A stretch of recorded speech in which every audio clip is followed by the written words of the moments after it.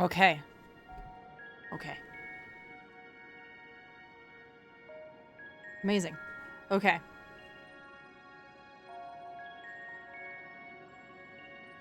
Zelda. She's just a little black sphere. There you go. Gotta rub the cat. Gotta start her up. There we go. Okay. I think everything is recording as it should be, so we should be good. Make sure that other thing is on. Okay, that is on. Excellent. Perfect. Turn that off. And here we go. Okay, I'm not prepared to talk to all of... Jesus Christmas. The man stands dutifully by the aetherite-like device, a guide for this facility in all likelihood. Hey! You attempt to get the man's attention, but if he sees or hears you, he gives absolutely no indication. As Elizabeth's warned, it appears your form is intangible. But can I attune to the aetherite? Well, it was too far away. Hold up. There we go. The device is reminiscent of an aetherite. Perhaps it is possible to attune with it. You can. Despite attempting to channel and focus your energies, you fail to attune with the device. You can only assume it operates differently.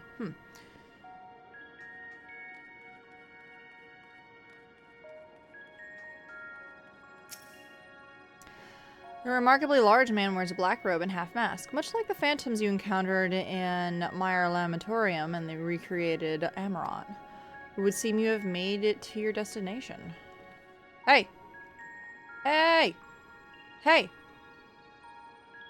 You just ate wildly and shout in all manner of greetings and vicinities, but the man does not so much as glance in your general direction.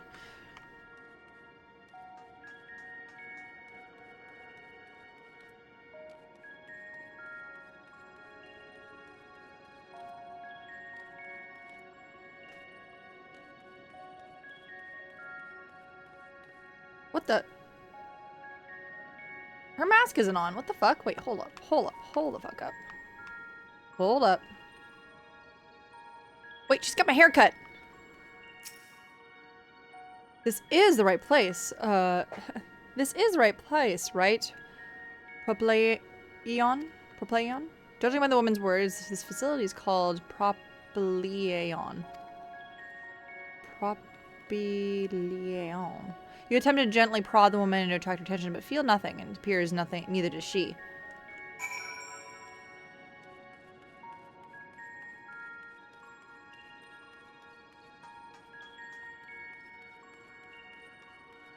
Holy shit. You suspect the door leads outside, but how to open it?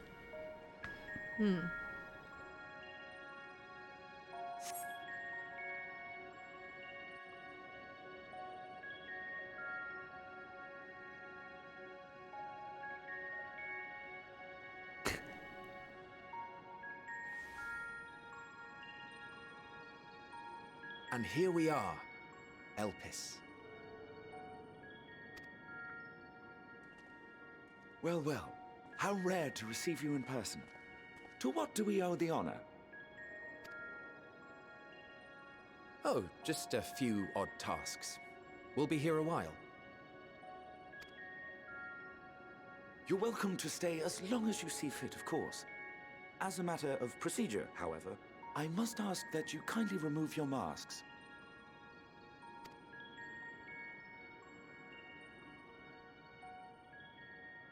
Come now. Is this truly necessary? Surely you can tell who we are. You recognize that You voice. are, perhaps, but I am far less infamous. Regardless, if we do not follow protocol, 'tis our hosts who would be held accountable. So, please, do favor us with your handsome face.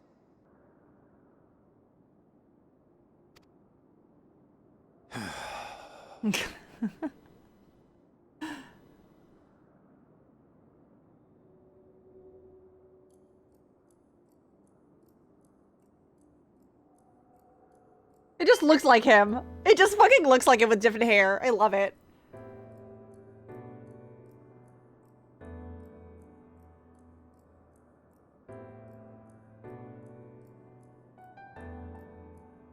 Holy shit. You want piercing eyes? Here we go. I bought a pair of contacts like that recently. Satisfied?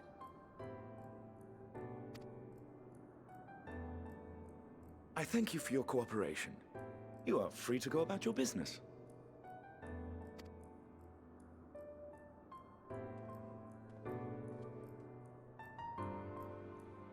Can't remember if that's Hythlodeus or not, because we never actually heard Hythlodeus' voice until more recently. Also different hair and different cutscene. Like, I'm pretty By the sure... by, you see it too, yes? I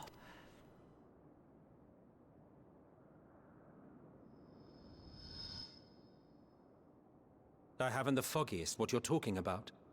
Oh, you fucking tsundere motherfucker. I will. That's odd.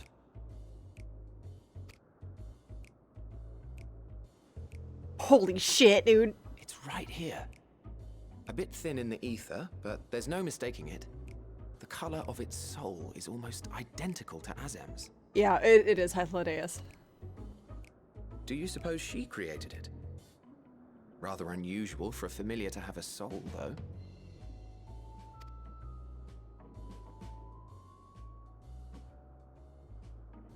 Don't ask me. All I know is that it's trouble. Doubly so if it's her spitting image. So let's leave it be. Come now. They're also extremely gay for each other. I know it. Hey.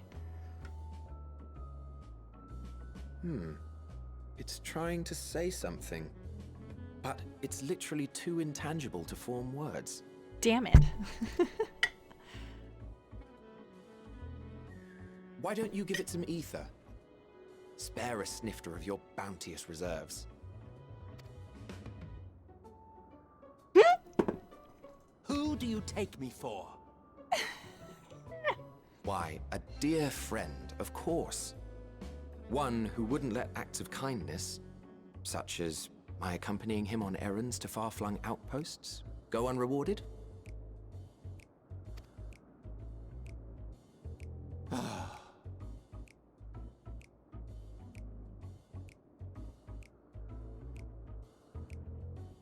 Hades is like, I hate this.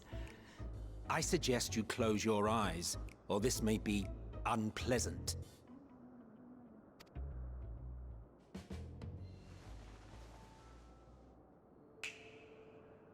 Of course he snaps his fucking fingers, you fucking asshole. I hate you.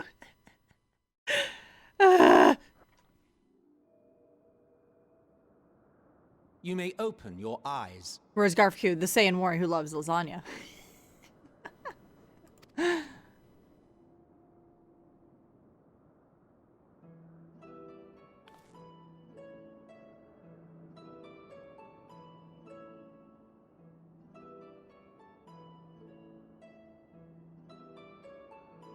Oh, I'm not nearly as small as I was. Still a touch small, don't you think? How dare you?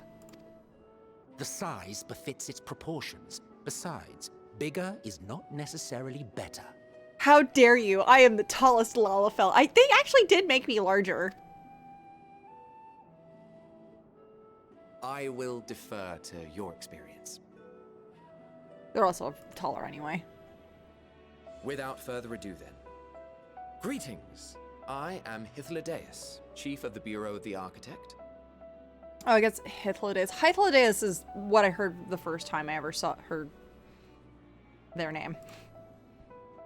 Sulking beside me is the most honorable Emmett Selk of the Convocation of 14. Hades. And how might we address you, my new friend? Call me Zalora? This is fucking weird. A fine name. And I'm pleased to see you understand our words. So, tell us, whence have you come? The thinness of your essence suggests you weren't created here. No, don't worry about that. Not that important. Yeah, how do I answer this? You do not know? Or cannot say? Allow me to ask a different question then. What brings you here?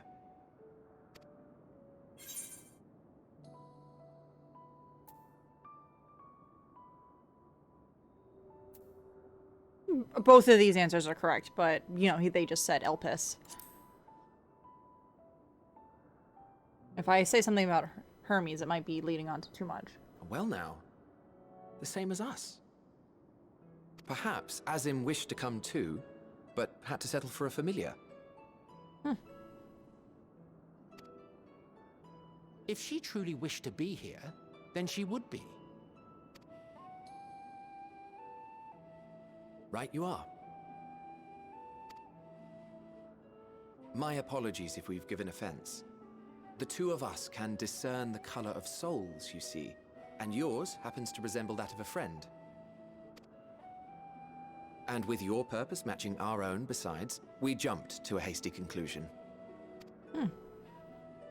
We are here to speak with Hermes, the chief overseer of this facility, which we also intend to tour in order to gain greater insight into the man's work. We, I say, though this is Emmett Selk's charge. I am here only to serve as his guide. And I should be happy to serve as yours as well, by way of an apology for the misunderstanding. Shit, thanks. Wait, are you suggesting that we bring it along on official business? This thing we know next to nothing about? If you harbor suspicions, better to keep it close than leave it to its own devices. Wouldn't you agree?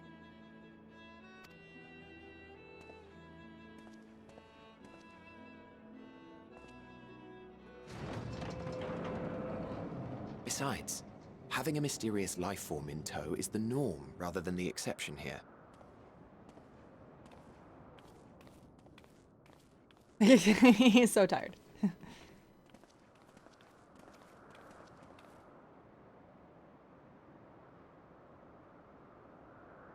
Welcome, my friends, to the testing ground of creation at Heaven's Edge, Elpis.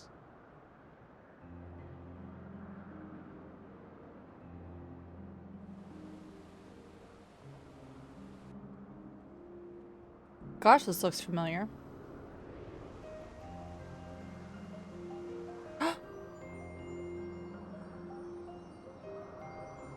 This presence.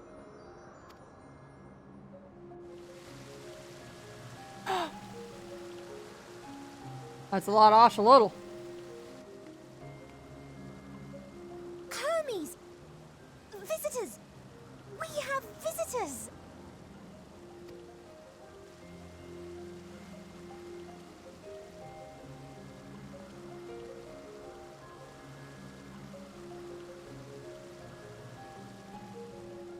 Ooh, harpy girls.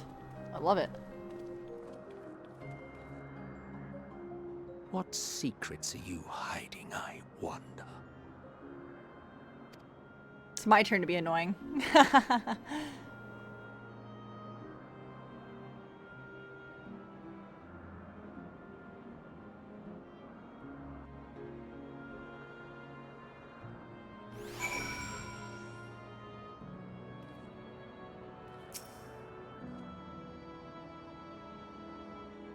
Let me see if I can do this voice properly. This is hardly my first time here, but the scenery never fails to take my breath away. Why, it feels like you'd reach out and touch the heavens. Now then, to begin our guided tour, perhaps you already know these things, but for the sake of thoroughness, I shall start with the basics. Using concepts to give shape to ether, creation magic allows us to bring forth anything we desire, be it inanimate objects or living beings. Anyone may conceive of concepts, but they must also undergo evaluation at the Bureau of the Architect. As part of the process, living beings certain arcane entities may be sent here to Elpis for in-depth observation and study. A fascinating facility, isn't? I dare say you will be enjoying our tour with us. Holy shit.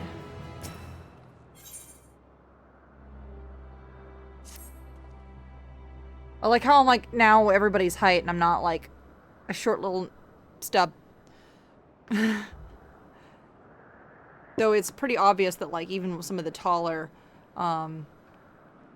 no actually I wonder if there are any like other like human entities here that are, I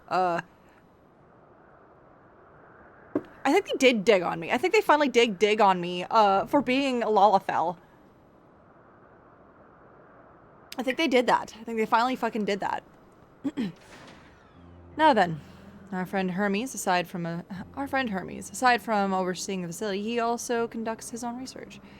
Chances are that he will be in the main observation hub. So let us seek him out there first. Tired as you are, however, you stand out a little too much. Our dearest Emmett Silk wishes to keep a low profile for his errand, so... Do you know how to make a robe? The basic concept will do. No? In that case, Emmett Silk? No. Your whim, your responsibility. You're not getting another thimble of aether out of me. Ha, thimble of aether.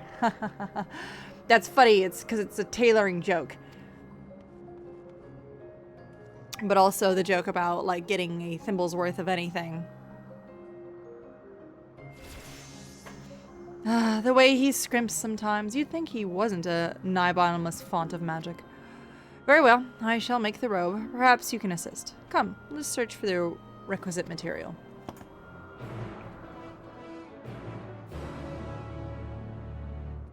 Oh my god. This is a lot.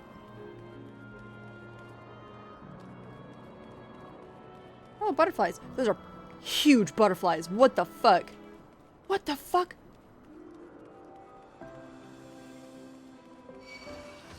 Nope. No, no, no, no, no.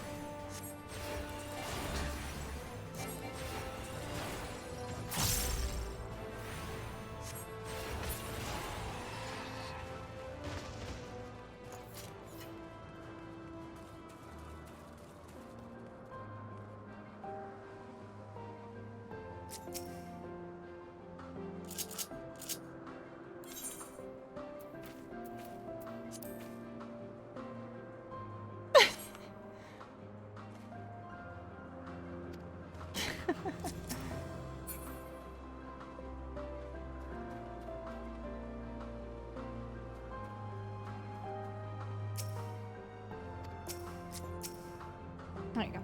Yes, these creatures should suffice. What? An etheric robe. I want you to use it to capture, let's say, 2 pedalodi. There are 3 species here, I believe. Any 2 different kinds should serve. Now, I should mention the strength of the rope is tied, no pun intended, to the strength of its user. As your aether is thin compared to ours, you'll need to weaken the pedalodi first. Have fun with that. Cool.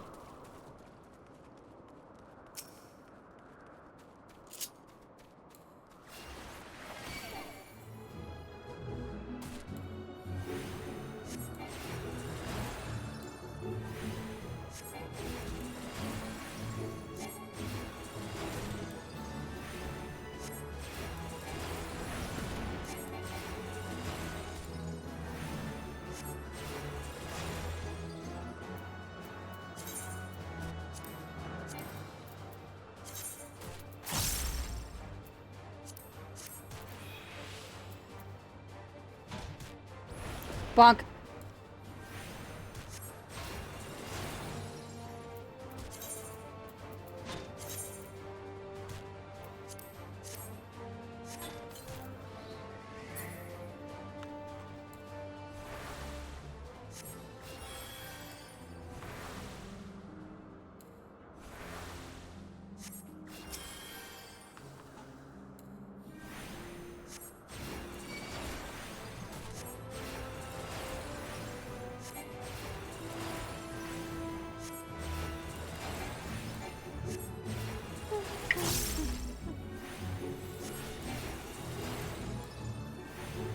Yeah, not crazy exciting. Sorry.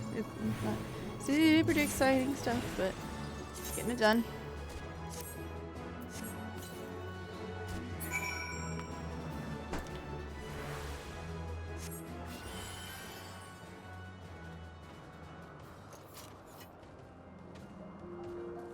Wonder if I got a purple one, it would have been better.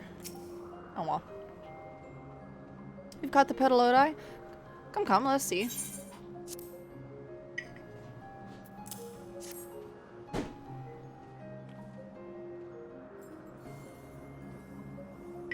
Yes, these fine fellows will do nicely. And now for a spot of reversion.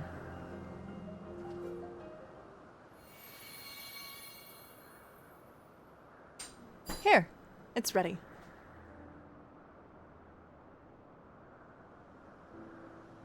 It's nothing fancy, but then again, we're trying not to stand out. Try it on for size.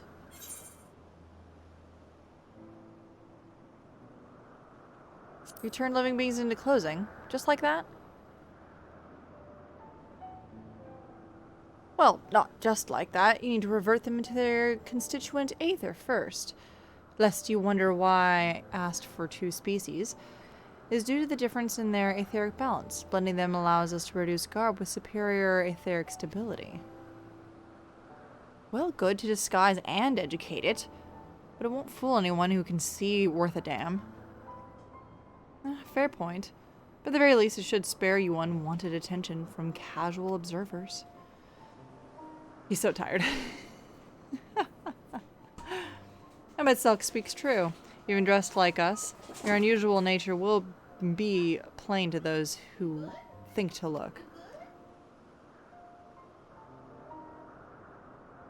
Should someone question your presence, don't make up excuses, much less try to explain what you actually are. No, best to simply say you are a familiar. The question is, whose? Ah, of course, Azem's.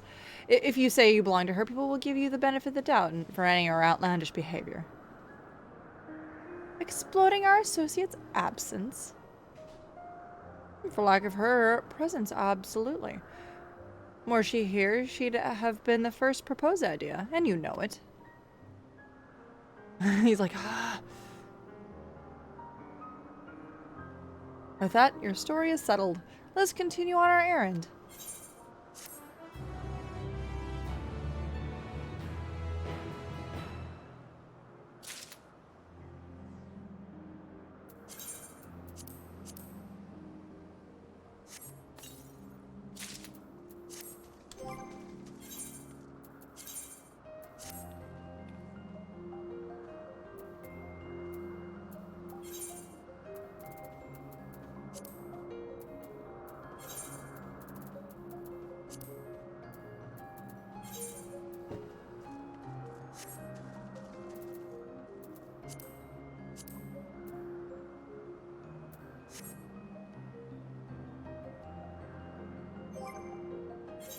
I'm sorry, a sophist's what now?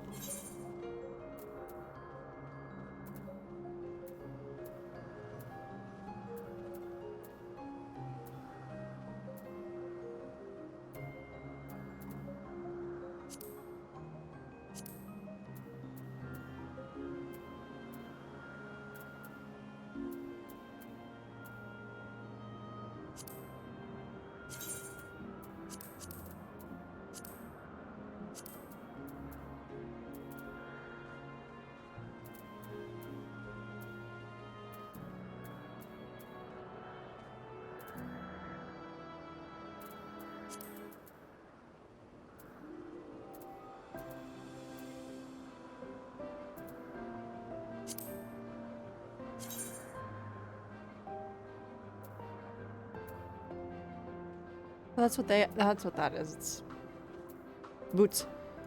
Boot. But what is? Oh, it's pants. What do you mean? What do you mean I need pants? What the fuck do you mean I need pants? That is. Apparently I'm wearing pants. Don't worry about it. Jesus fucking Christ.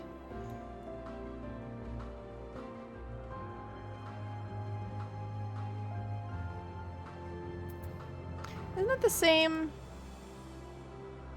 It is Hythlodaeus's mask. Alright, well, let's go. If you're ready, let's continue along the path to Anonorisis. Anonorisis?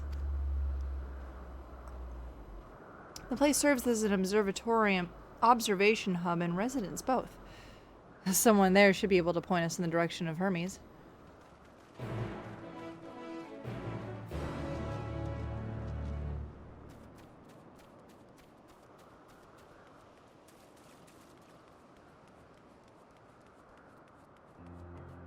I guess as I'm running, I might need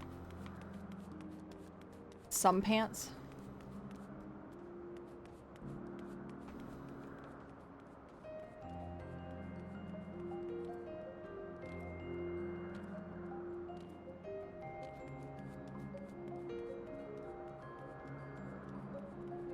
Well, that's a fun. Oh shit, a unicorn. Huh. I have that mount. Wait, hold on. Oh. Zoo! Hold on, mount. Huh.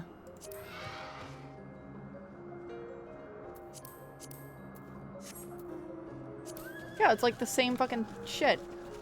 Only mine's way smaller because I'm a very small human. It's the same shit. Holy shit. Wow. Cool.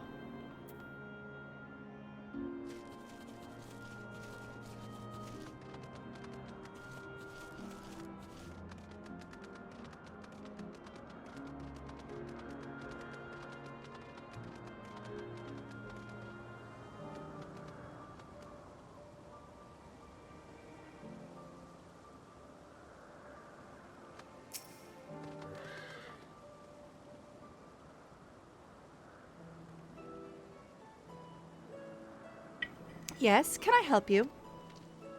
Oh, we wish to speak with Chief Hermes.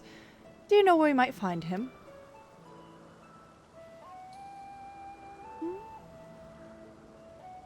Well now, by your mask I assume you're one of the 14. I wasn't aware there would be a visitation. Between you and us, it's something of a surprise. Your discretion is in the matter would be appreciated. I see, I see. My lips are sealed. The chief should be about conducting observations as usual. His focus as of late has been aquatic creatures, so I expect we'll find him at the pools here. Oh, the pools you say. Many thanks and apologies for disrupting your work.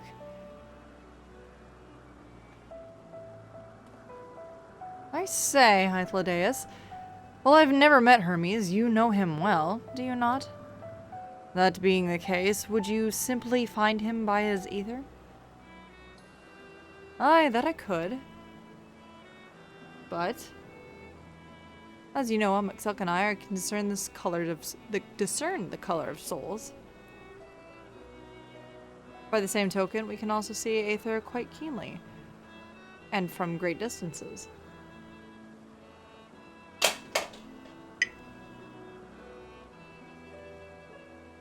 Small child.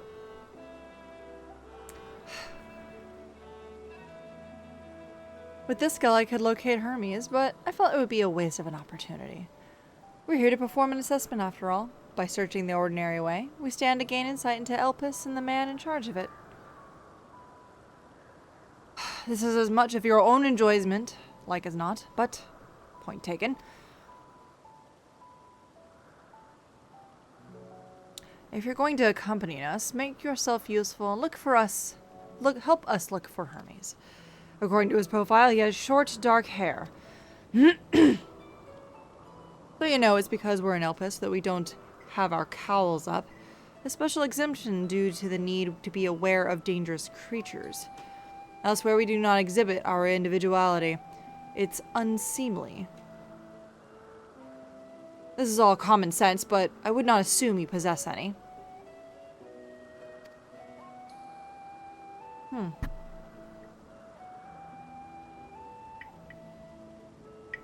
What an interesting society. It's a rare treat indeed to have you be able to search for another by their appearance. I thank you for humoring me. That's why. Come, let us find our man. That makes more sense now, why they're hype about it.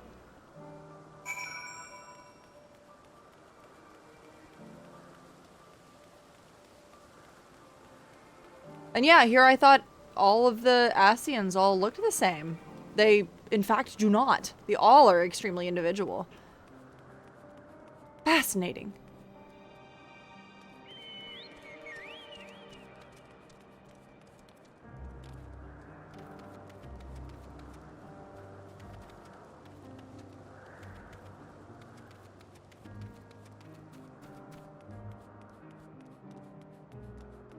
Car.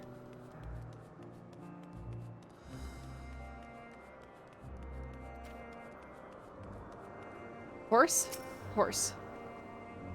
Oh, what a curious familiar. I suppose your creator sent you here to learn of our ways and perhaps achieve some degree of enlightenment. So what would you ask of me?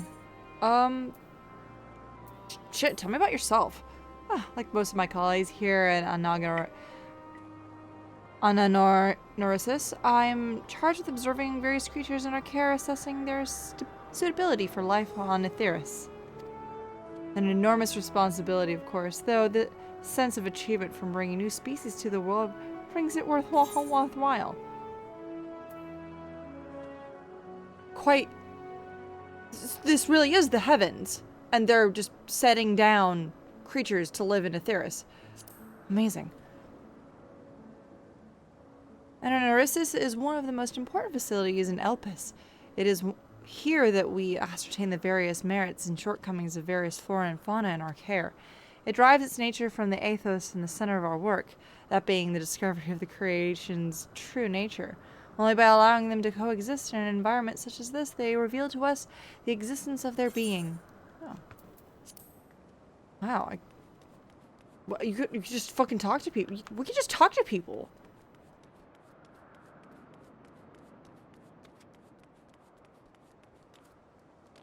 Huh? Lore. Lore.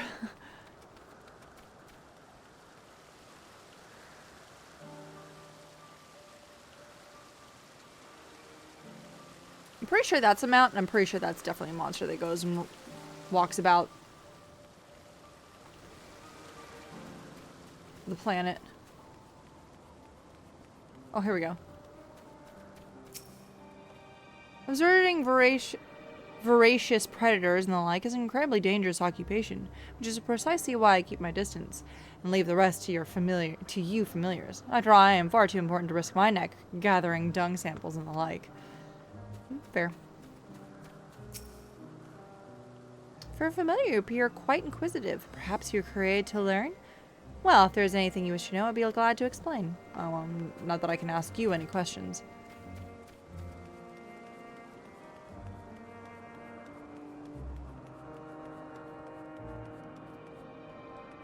I don't think I can enter any... Wait, can I? No. No, I cannot.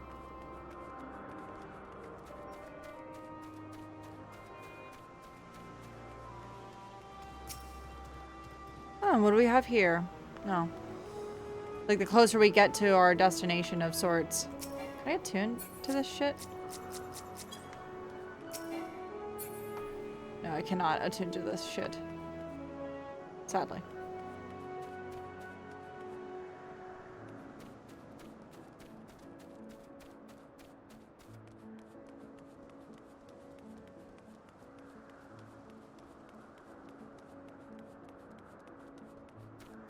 Blaced. Well, that's a name. My role here? I specialize in the observation of flora. Some of the larger species, such as trees and so forth, continue to grow over the course of many centuries, which requires a great deal of patience on my part. Thankfully, I'm quite content to spend my days in these idyllic surroundings. Man, no time wasted whatsoever.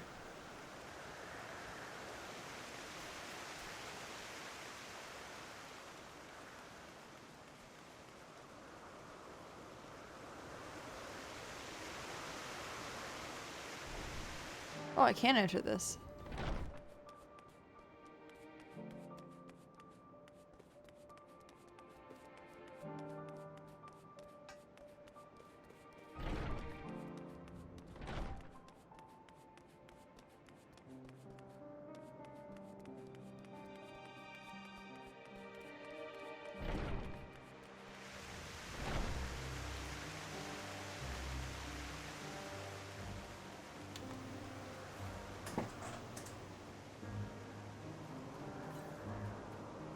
We haven't talked to Yuridome. Or those others. Junkmonger. Extraordinary. It's not every day I see such a charming familiar. Why, I'd much rather observe a pretty thing like you than all these brutish creatures everyone insists on making.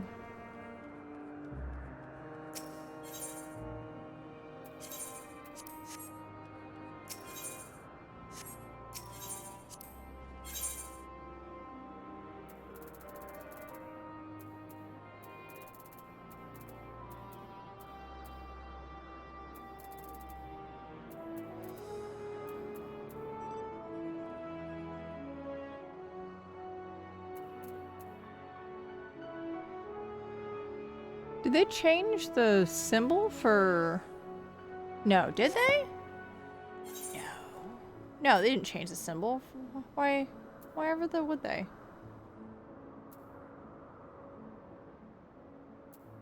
Why?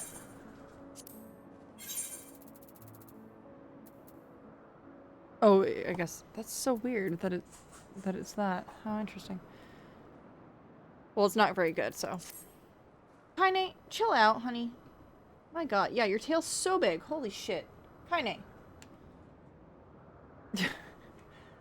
Sorry, cat is just tearing up the entire house. Oh, hey! Oh, that's when these little guys are crazy. These little guys have been around for forever. There's never been a dull moment with the Aureae. Their fondness of materials makes them highly unique. I dare say they'll be no less popular. Oh, that's their original name? Oh. Oh. Oh, I found Hermes.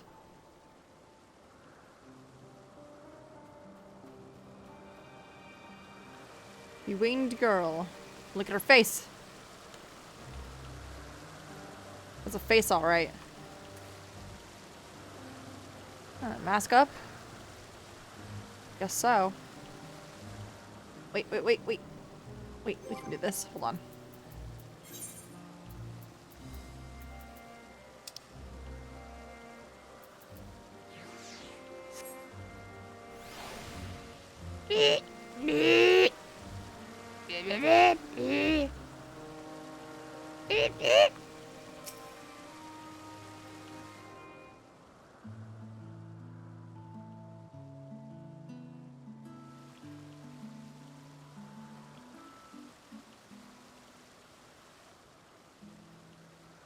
Hey, sup, you Hermes? The fuck are you? Huh. You are... Azim's familiar. Oh. Different. You're different too. You and me. We're alike. Friends. I want to be... You are certainly trying. Wait. Please. Wait.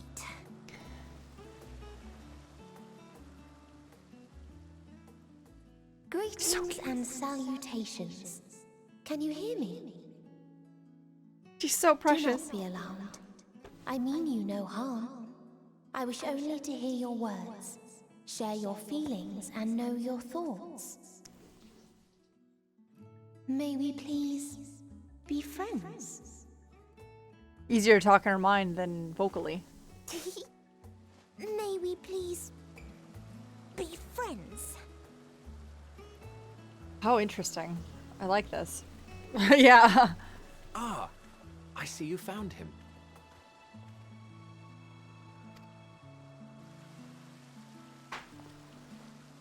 Hythlodaeus. It's been a while. Too long, I think. I guess it Too is long Hythlodaeus. indeed for close collaborators. On this blessed occasion, I bring not only myself, but others who long to speak with you.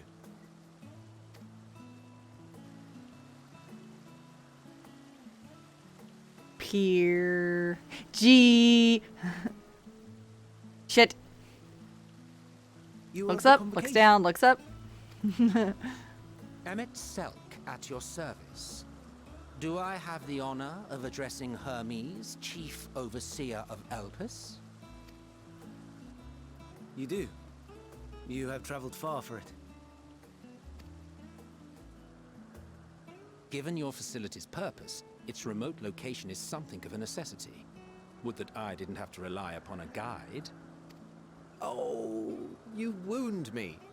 Have I not ever been an attentive and helpful friend? But moving along to more agreeable company, this one we chance to...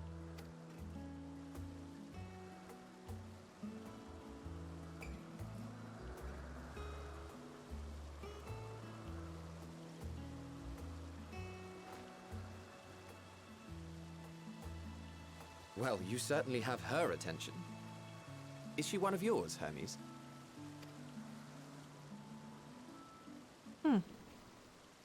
Her name is Meteon. It means shooting star. Meteon. Meteor. Meteor. Meteon, huh?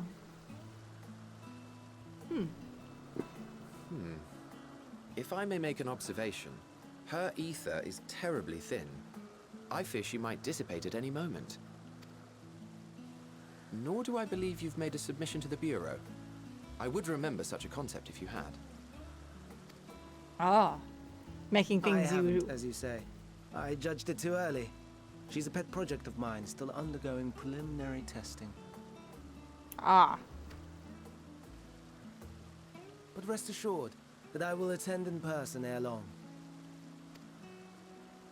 Very well. Being an authority on flying life forms, I appreciate that you are exacting in your work. Of course, flying. I shall look forward to your submission. If we have finished with the perfunctory chit-chat, I would discuss official matters. By my coming, I trust you already anticipate the subject. I have an inkling, yes. Please wait to the main building yonder. I shall join you as soon as I've returned these creatures to their homes. What's wrong, Hermes? The Nemestoma is missing. That's their real names? Emistoma? Oh, no. Uh-oh.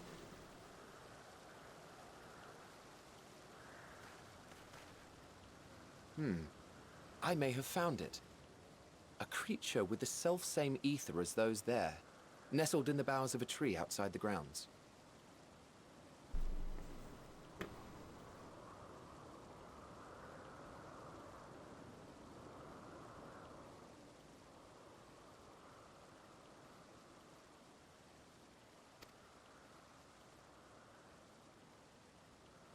He's like, You're saying they can climb with their sorry excuses for limbs?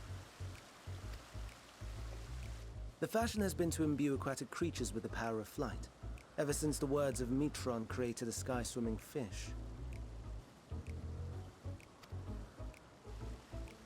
The Ambistomas too can fly, if only slightly, and they could conceivably climb a tree. Whether they can come down safely, however... Excuse me. someone's name is Stoma? No? Stoma? I'll help too.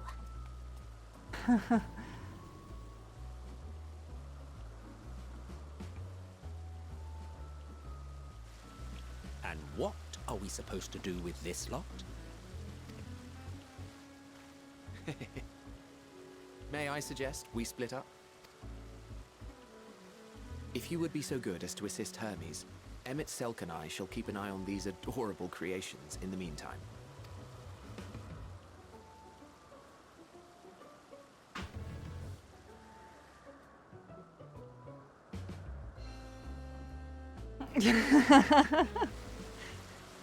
Emmett's just like, I'm tired.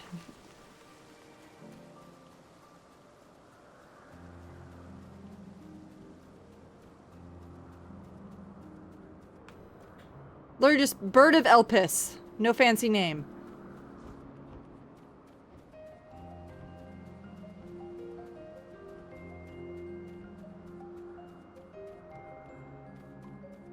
Oh, Abystoma. There we go, yeah. It seems Hermes and Meteon have found their quarry, a creature known in this age as Abystoma. Though it has been safely extradited from the tree, Hermes appears to have found himself quite in a predicament. What? Oh! Oh no!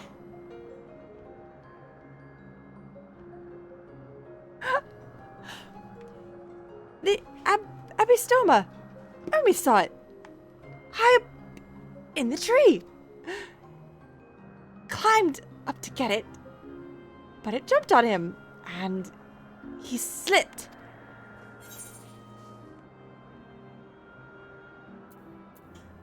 You good? Ah, yes. Rest assured, nothing new to me. I've ended up in far more compromising positions in the course of my work. Now, for your own safety, please stand back. Was not expecting that at all.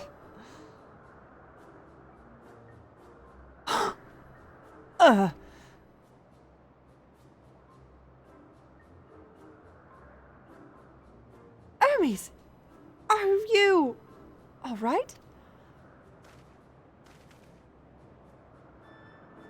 Quite right, yes. My apologies for making you worry, Meteon. Andy Stoma. Oh god. Both you and don't worry about it. Slur Sylvia called. An intriguing name. Somehow reminiscent of a new creation. Thank you for coming after me.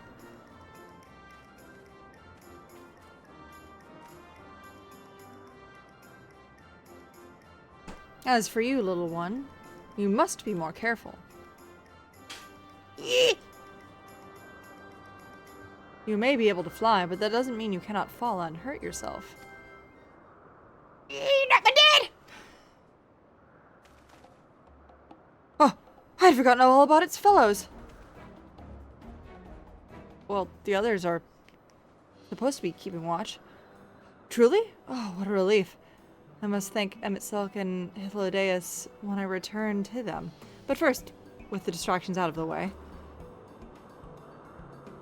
As Chief Overseer of Elpis, permit me to welcome you to our facility. I hope you will enjoy your time here.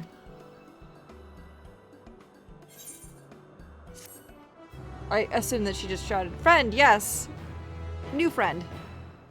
Very good.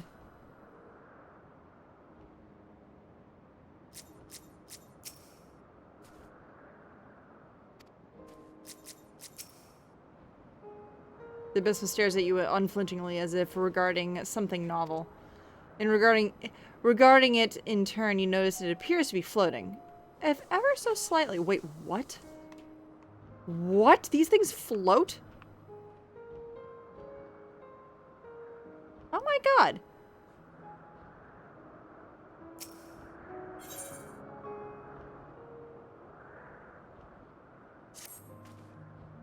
Well, we mustn't keep the others waiting. Let's return to Ananorissus.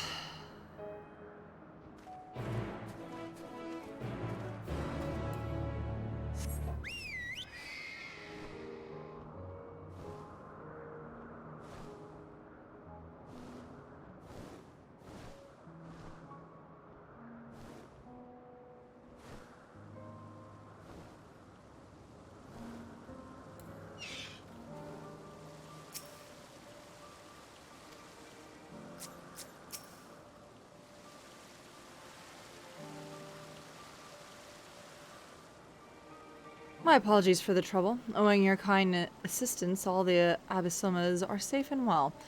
I will present them back to their space, if we go on ahead to the main building. Upon entering, you'll see tables and chairs, a meeting area. We may speak upon there. Very well.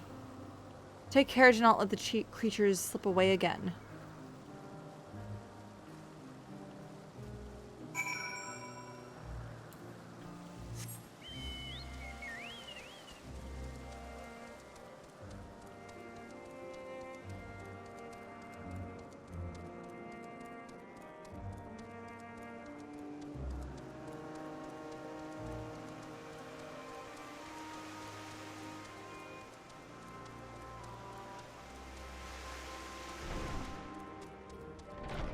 Oh.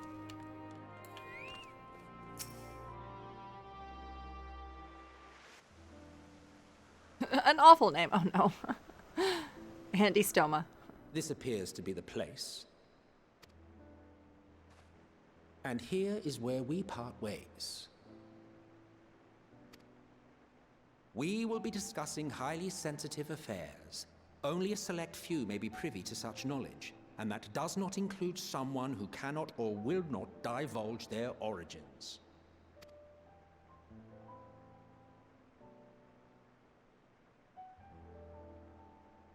What? Will I have to remove you by force?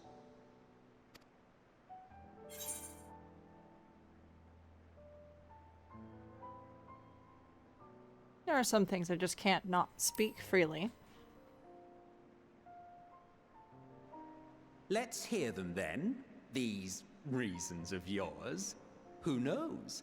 If I deem your mysterious cause worthy, I may even be inclined to offer my assistance. I do not object to her attendance. Hermes, this is highly irregular. Perhaps, but I believe she can be trusted. Meteon would not have taken to her so quickly otherwise. Moreover, the presence of a third party may help me to maintain composure.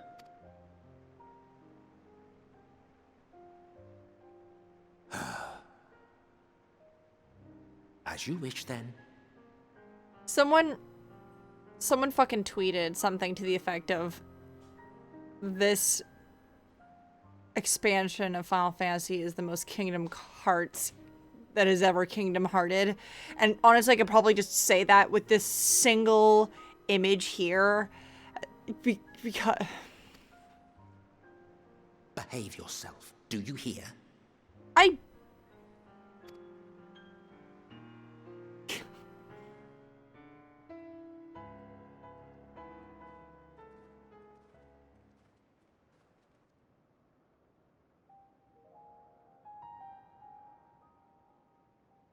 Why don't I get head of the table? So, it's finally happened then.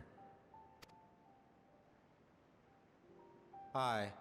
Van Daniels declared his intention to step down and named you as his preferred successor.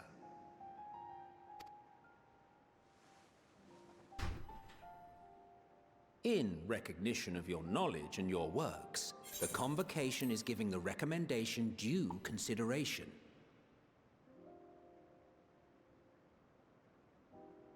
As one who does not know you personally, I am to use my impartial eye to take your measure. Hey, Estendo, what's up? And above all else, to ascertain your disposition towards the invitation.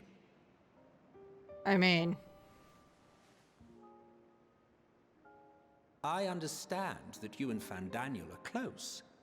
He himself was once chief overseer of Elpis after all. I should not be surprised if you knew before anyone else that he wished to relinquish his office. I did. He told me that when he fulfilled his purpose, he wished to pass the torch to me. A torch you seem none too pleased to accept. Are you so averse to serving on the Convocation? No, it's not that. For a humble researcher like myself to even be considered is an honor beyond words. No. What troubles me, what I struggle to come to terms with, is the very fact that Fandaniel is stepping down. I'd offer to help, but I'm playing on my own. I think this is all mostly cutscene stuff today, anyhow. No Does worries. this not mean that he will return to the star?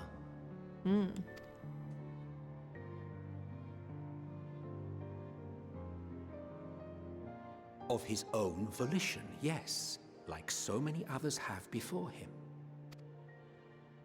Return to the star?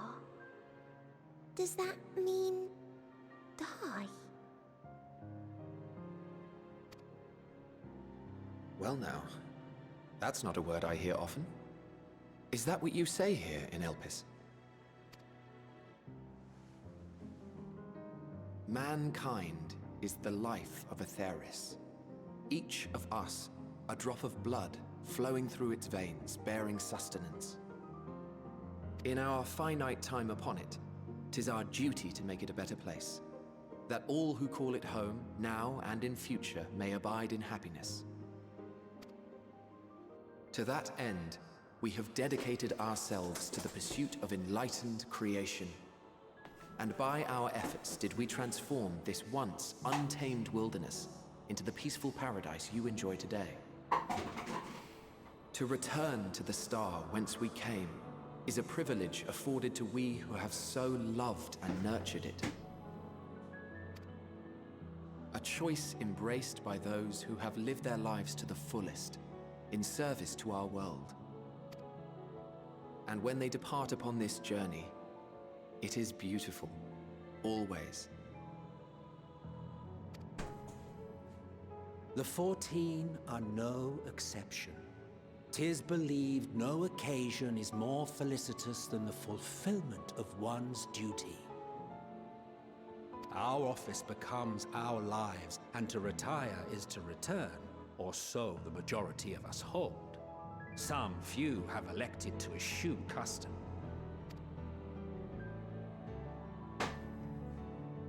Mayhap you feel Fandaniel's deeds do not warrant his return.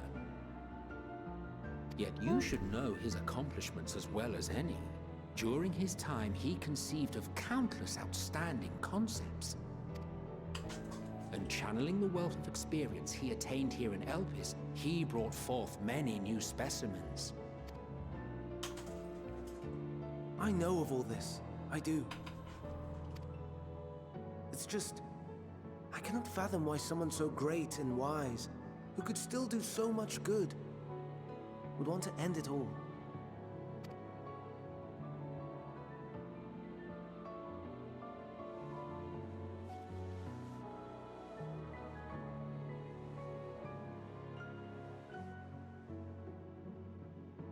Oh no.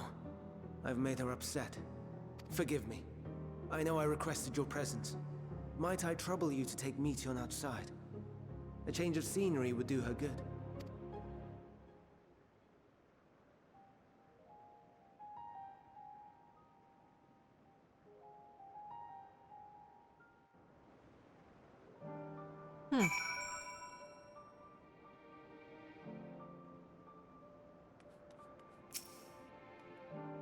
I'm sorry, Isilra. I didn't mean...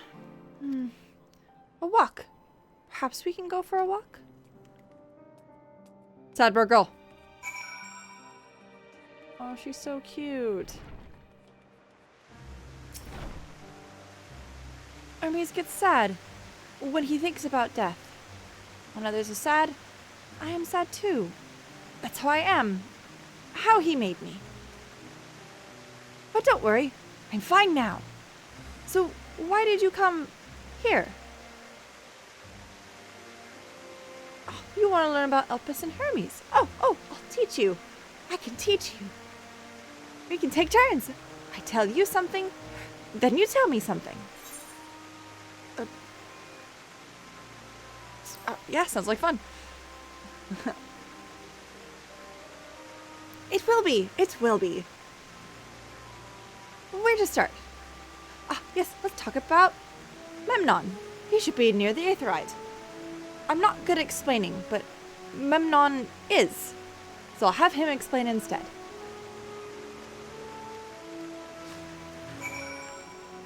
Bird girl! Bird girl! Whee! Oh, yes. There he is. Wait. Ah! The aetheryte! Anyone can use it to teleport anywhere. Well, maybe not anywhere, but not to the ground or other isles. For that you need teleporters. Oh, and permission.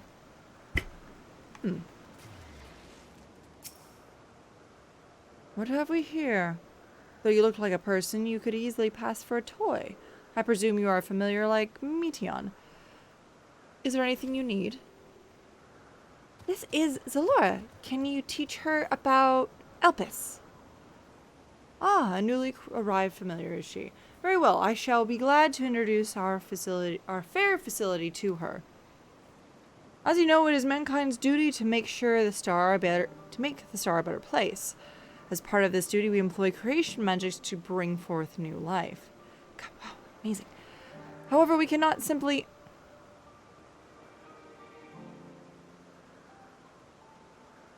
He just said, dude, you have horns and scales to me. Oh, wow. You look like a toy. Dude, fucking Emmett Selk dunked on me so hard. He's just like... pretty small, don't you think? It's like, I think that's how big they're supposed to be. Like, Hythlodaeus is just like, I'm pretty sure that's the scale they're supposed to be at. And I'm like, how dare you? This whole place is dunking on me for being so short.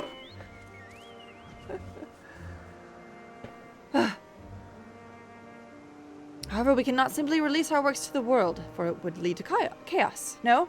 And all life forms must undergo extensive testing to determine their fitness to exist. Testing which is conducted here in Elpis.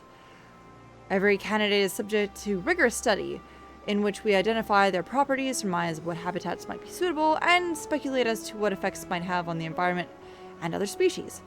Should it be judged a beneficial addition to the star, it'll be allowed to take place in the world. It's just like the story, it's the whole entire story of like creation in general. The two of you, too, were created with the hope of making the star a better place. So heed your masters well and be good. Do you hear? We will, Memon. We will. Thanks for the lesson. You had a turn. Now I get a turn. Where did you come from? From a place far, far away. Then I probably don't know it. I don't know much about other places. But this place is important to you. I can feel it. Oh, my power! I haven't told you about it. A creation. Let's find a creation. One not being watched. Then I'll explain my power. Oh, hey, it's the springtime dress. That's cute. Undies. A creation then.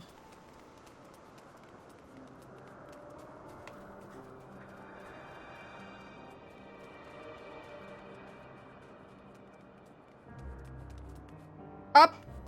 Wait.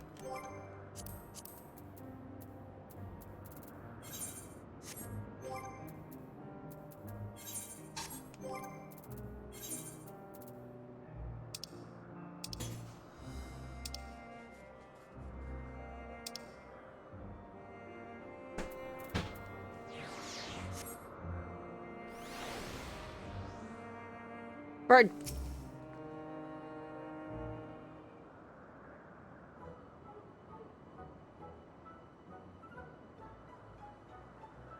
Oh, this creation is perfect. But I don't remember seeing before. Perhaps it's new. Anyway, I'll try reading his mind. That's my power.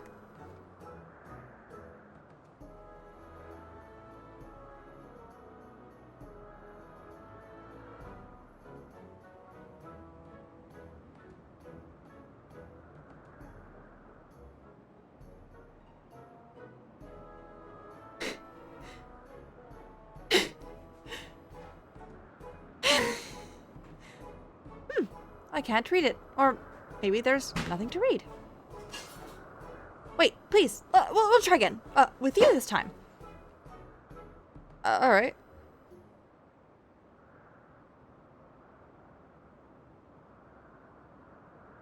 Greetings. Can you hear me? Oh. This is my power. I can read the emotions of those around me and protect my emotions to those in return. Project.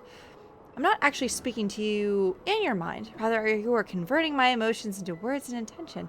Process performed subconsciously by intelligent life forms. This bird's dumb as rocks, so I'm at least able to talk to you. This ability is vital to my mission, for it allows me to interact with the intelligent beings, even should they communicate via unknown languages or other nonverbal means. As a consequence, I am clumsy at speaking in real life. Yet, though I struggle to express myself in this fashion, Hermes wants me to speak as much as possible, for everyone has thoughts and feelings they may wish to hide. I harbor an affection for you, one that is difficult to define. Aside from the fact that you share common traits with us, your thoughts are complex, prismatic. They draw me in and leave me wanting to know more. Out of respect for your privacy, I will refrain from using my power when speaking with you. Nevertheless, I want you to know that I wish to be your friend.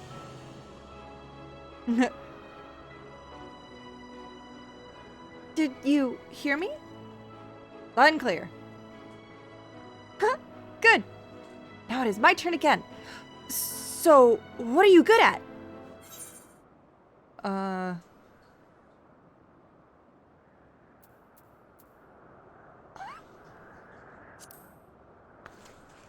Yeah, good at playing.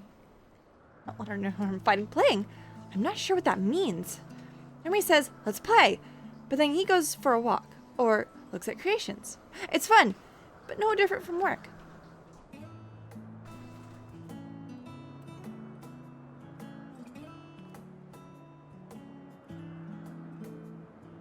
Shoebell. I think we might be bothering it. Gee. Let's keep going. We'll go see Urethane next. She's usually in a small building. One on the west row.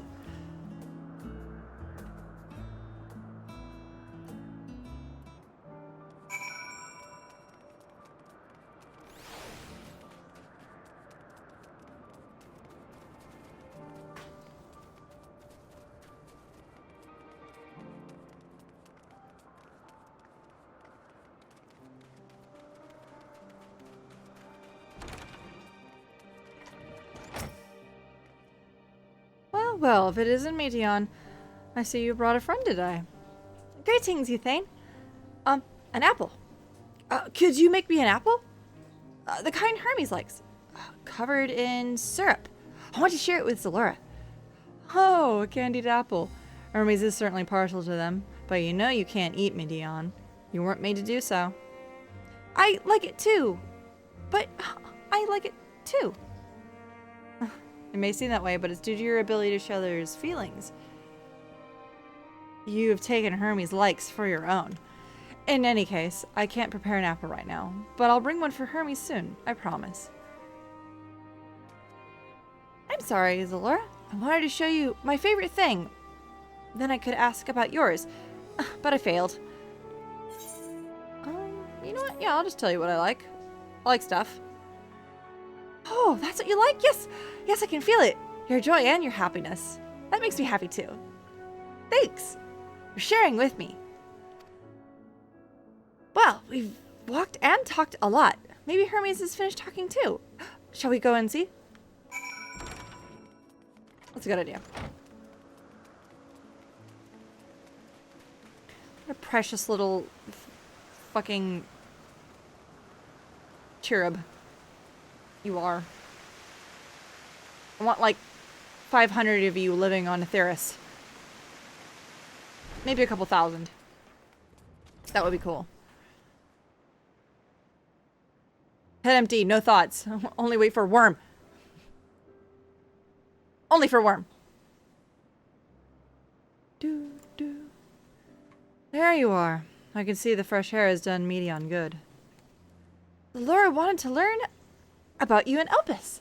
So I taught her about this place, about my power, about your favorite food.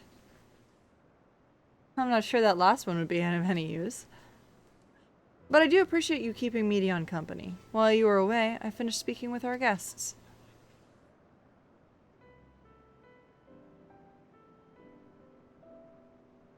Maybe keep playing MSQ before making such wishes, huh? Yeah. No thoughts, only worm. Finished? Hardly. You requested time to consider the invitation, so we have no choice but to occupy ourselves with an inspection of your work. My apologies. It has been decided that Emet-Selch and Hythlodaeus will accompany me as I attend to my duties. If you wish to learn more, perhaps you would like to come too? I'm compelled to remind you that she is in no way associated with the convocation. We simply chanced to meet at Propylaeon. Propylaeon. I don't know how you're supposed to pronounce that word, because it's probably Latin. There is no guarantee that the matters we discuss will remain private. I do not mind. I see the joy her presence brings Meteon. I cannot imagine our mysterious friend harbors malicious intent. Laura is kind. Really. Truly. She taught me as much as I taught her. You're coming, of course, to watch Hermes. You're bound to learn lots and lots.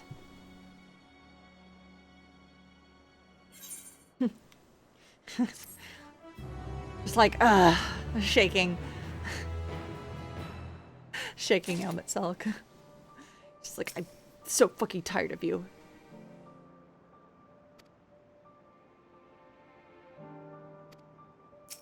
Behave accordingly. If anyone is ready, there's a few creations I need to check on. First, we shall return to the spot where we found our wayward ambystoma. Have care when you step outside the hub if there are merry unruly creatures about. Do, do, do, do, do, do. Whew.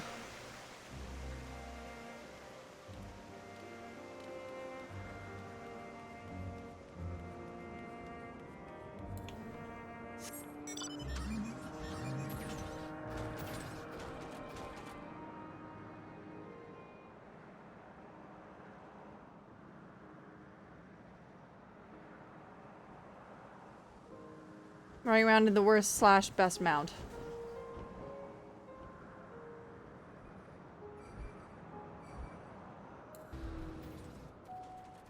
Achoo! This is a new species of Petaloda. Petaloda we recently set loose. Has been doing well, managing to maintain stable existence thus far. If I can see its observation period to the end without issue, we shall release it into the world. Tell me, do you know the difference between living beings and arcane entities? I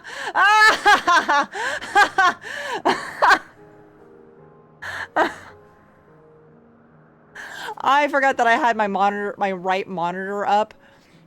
So this is triple funny because you guys are actually able to see this. I'm so sorry. Hold on. Turn that off really quick. Did not mean to have that on.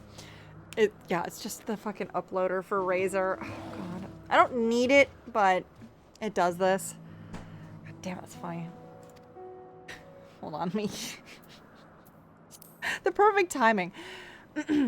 Is the presence of a soul, yet the soul isn't something you can choose to have at will. No, it manifests only when those beings whose forms adhere to the laws of creation that can endure on their own. What? Oh no, I didn't know I could move this. Oh God, I didn't know I could move that. I thought that was like permanently stuck there.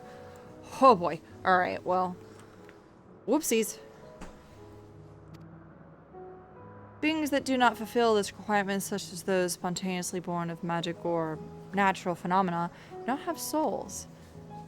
No matter how much it might resemble flora or fauna, if it lacks a soul, then it is considered an arcane entity. So you see, it's not for mankind to decide what is living. What domain lies between our manipulation and its hubris is to assume otherwise. But come, let us head to the nearby beacon. I received a report that arcane entities have gathered there. Zelda, you gonna go play with Kaine? Wanna go play with Kaine?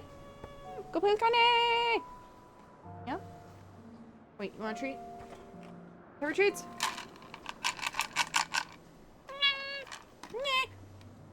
It's very loud, Zelda. Kaine, you want a treat? Here, Kaine. Here, I'm gonna put you over here. That way Kaine can come around over here. Come here. Come here, Kaine. Oh, that's a good girl. I know. Oh my god, you're such a fucking pig. Munch, munch, munch, munch. Come here, Kaine. There you go. Come here.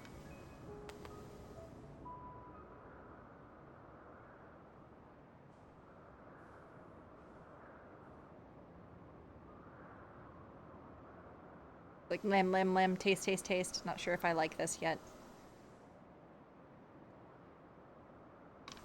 Well, you have to take it, like, immediately. Go, Whoop. Give me your little face and let me shove this little treat in. There you go. Nope. Guess not. Alright, that's enough treats. You don't get any treats if you're not gonna eat them. Hey, hey, hey, hey, hey, hey. Ma'am.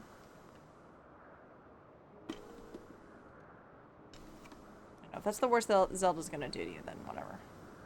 Come on. Eat the treat. Oh my god, eat the treat.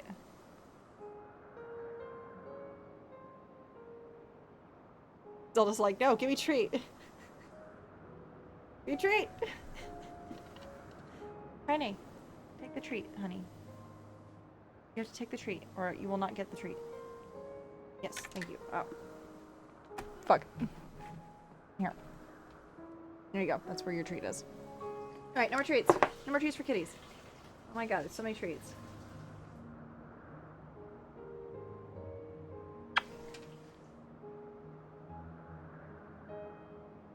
Did you not like that treat, Kaine? Did you not like that one? Alright, well. Oh. You ate like half of it. Sorry, Kaine. I gave you the other half of the treat that you spit out of your mouth. Sorry. Alright, no more, you little glutton. Oh my god. Yes, that's all you get. That's all you get for treats. Like, fingers treats. Fingers are treats now.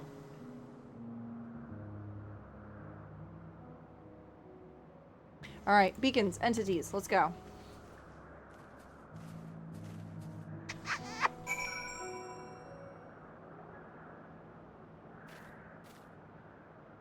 Come here, you. Zelda, come here. Kaine, honey, you're gonna get tangled up in my shit, and if you jump off of there like that, it's gonna be bad, so. There you go. I know, she's being so super careful about. Zelda, be nice. Hey, be nice, please. I know, she's a cat. Wow, wow, wow, wow, wow. Lay down, be still. Okay. Thank you for tail in my face. Super appreciate that. Okay. Do not bonk. Please do not bonk the microphone with your tail. Zelda. He's like, mad.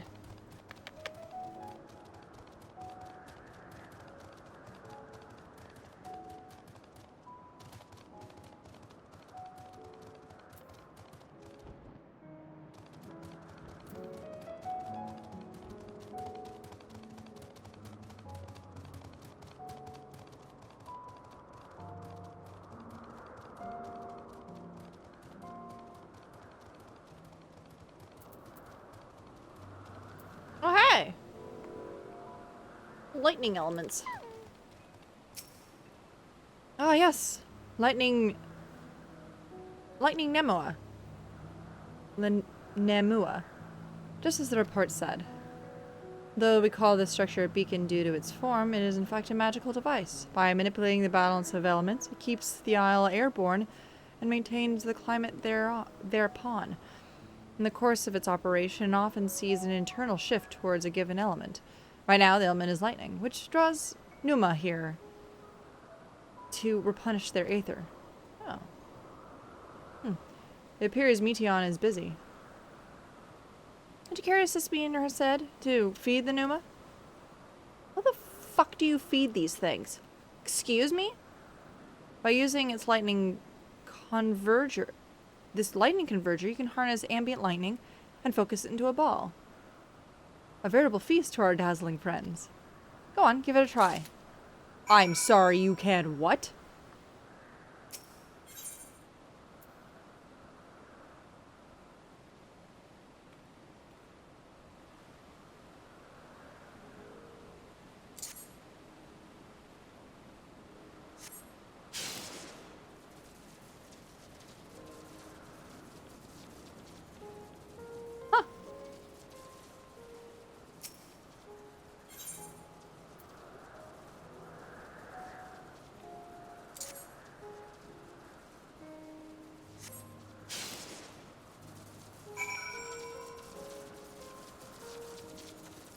Cute.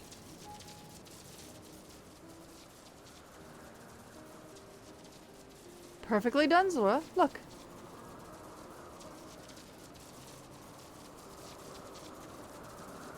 See how they gather to feed? How they express themselves through their actions despite their lack of words? Speech is not the sole defining characteristic of a thinking, feeling creature, nor is silence an indication that they do not possess those qualities. Be it a salute arcane entity such as the Numa, or an etherical life form such as Petaloda, all seek to perpetuate their existence, to survive. So, Meteon is a living being.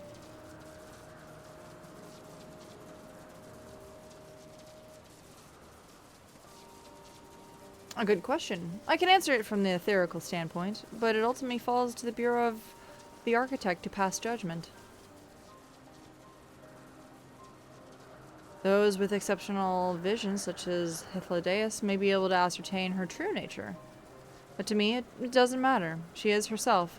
And that is all I need to know.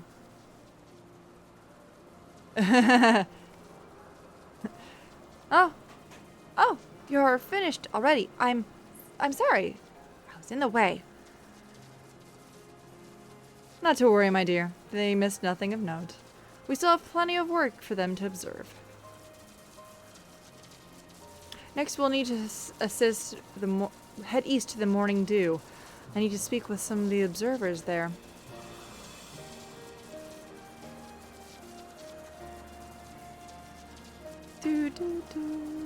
Oh, this music's so good.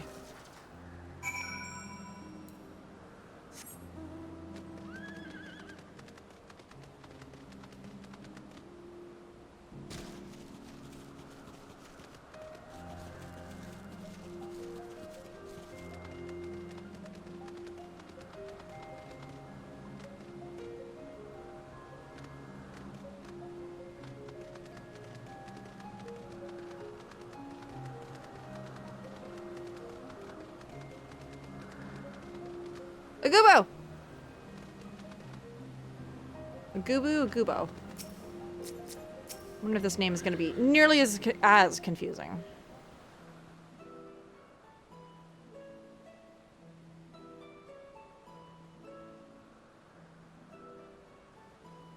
Amazing, is it not? The Ampelos, one of our newest subjects. Ampelos. I love it.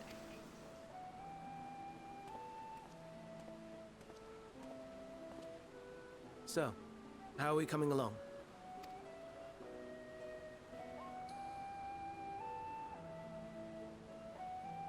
Have you ever seen Castle in the Sky? Kind of like that, only more living. Oh.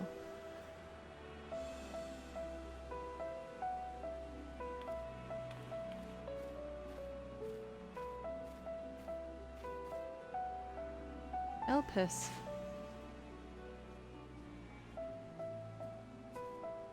This place is Elpis. Those flowers. Elpis. Entelekis. Like me. Entelekis. I like it. Yeah, Entelekis. They are a product of Elpis, and so named for their birthplace. A happy accident, born of the hands of a former researcher who loved beautiful blossoms. Unique for how they change color, to reflect the emotional state of those nearby. Though be it here or elsewhere, they are seldom seen in any hue save purest white.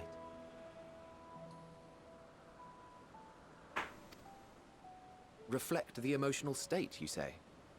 By what means do they achieve this? In creation, there exists an energy wholly apart from ether, one driven by emotions. In like manner to how we manipulate ether, this flower is subject to the influence of said energy. So they don't even know about that energy. Well, it has no will of its own. It is sensitive to the prevailing emotion in the vicinity, and reacts by altering its color and vibrancy.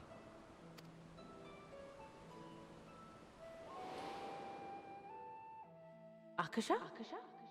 It is one of the unseen energies defined by Harnish alchemical theory. Though a gross oversimplification, some describe it as an essence influenced by feelings.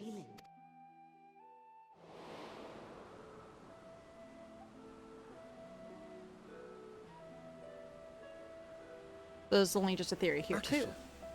Though I'm not familiar with the term, your description suggests it is the self-same energy. Dynamis, we call it. Dynamis. And those entities like the Elpis flower that have the ability to interact with this energy, converting emotions into tangible phenomena, are Entelekis. That's me! That's me! An Enteleki! That you are, my dear. And no ordinary one at that, but the first possessed of free will. Empaths, as we call them. Wait. A form of energy other than ether? Dynamis? I've never a heard theory. of such a thing. It's a theory. That's why. Hardly surprising. Dynamis cannot be seen, much less felt. And though its existence has long been theorized, we had no proof until the flower's serendipitous creation. What's more, Dynamis is far weaker than ether. Under normal circumstances, its effects are drowned out by the latter, on account of which, beings comprised of and reliant upon the ether, like you and I, are unable to make practical use of Dynamis. 'Tis a truly esoteric thing, known to but a select few scholars. Intriguing. Then, given the limitations you described, why create Meteon? To fuck around and find out. Scientific theory, fam. Our star, Aetheris, is especially rich in ether, so much so that its name is derived from it. However, when we consider all energy in existence here and in the vast space beyond, Dynamis may account for as much as 68.3%. That's extremely accurate, weirdo. The more abundant form by far. Were we able to control it, we could open the door to limitless possibilities. That's crazy because considering that all these assholes know how to do like creation magic with ether, and that's the minority of the energy in the universe, like holy shit.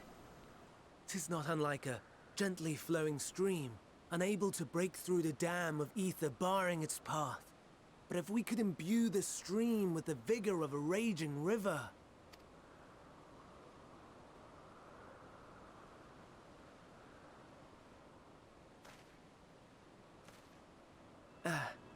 Not that I have such grand ambitions. He's like, huh? It's a theory. Nay, A game theory. I merely wish to create a being that could traverse the great expanse. The relative scarcity of ether beyond the bounds of this star was a concern. And so, I looked to another source of energy by necessity. Ah, so they're afraid that there's not enough ether elsewhere.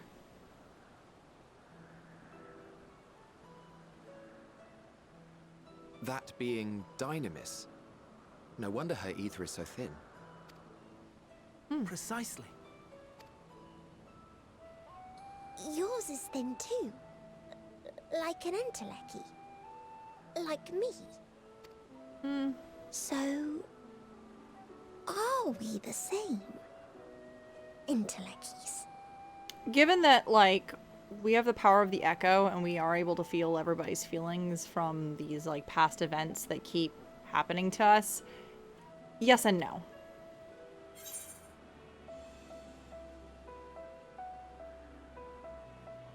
By Anthony, it's because Emmett Suck didn't do it. I want to dunk on him so bad. I want to dunk on Emmett so bad. God damn it.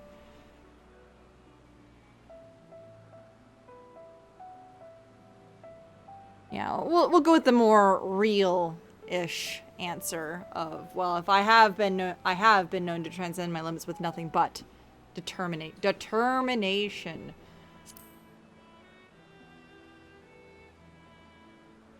But I really wanted to dunk on Emmett That Suck. sounds more akin to the desperate flailings of a wild beast when facing imminent death. I should have dunked on you.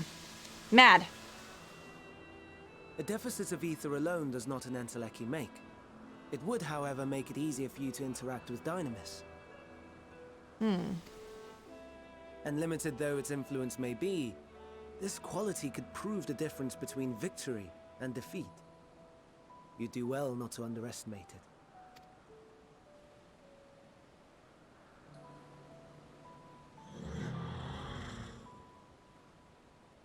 Oh dear. I'd forgotten about the poor fella. You must excuse me a moment while I go and verify a few more things.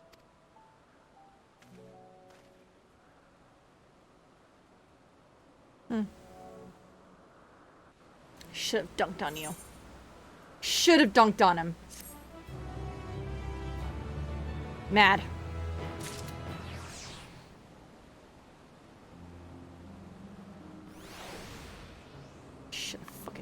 Should have fucking dunked on you, asshole.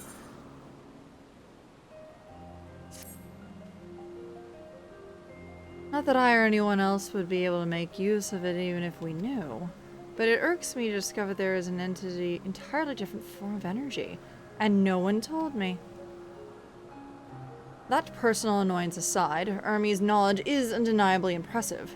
Given there is none among the 14 who specialize the Celestial, he would be a welcome addition. Assuming you can persuade him to join, that is. I still can't understand his hesitation.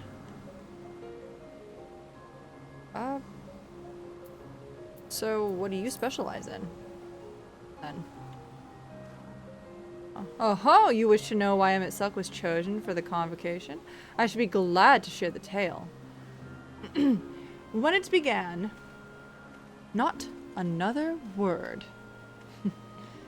Lest you've forgotten.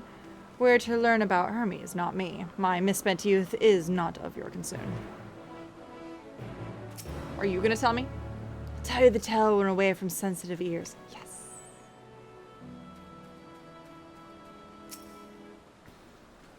My apologies for the wait. I have inspected the Ampelos with to my satisfaction. All is well with the creature, and I dare say it won't be long ere it is released into the world. Another creation, however, reportedly isn't faring so well. The Charbaldus. Cherubulus? That's what we shall tend to next. The Charybdis. Charybdis? If you would follow me and my friends, we shall turn the main aisle and head north.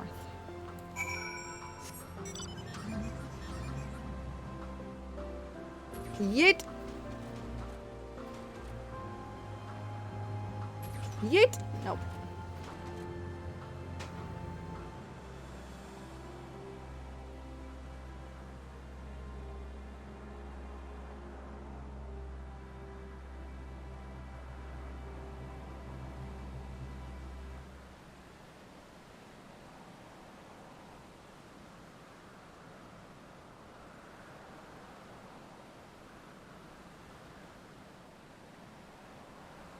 Woohoo, these are some big abominations I don't remember ever seeing.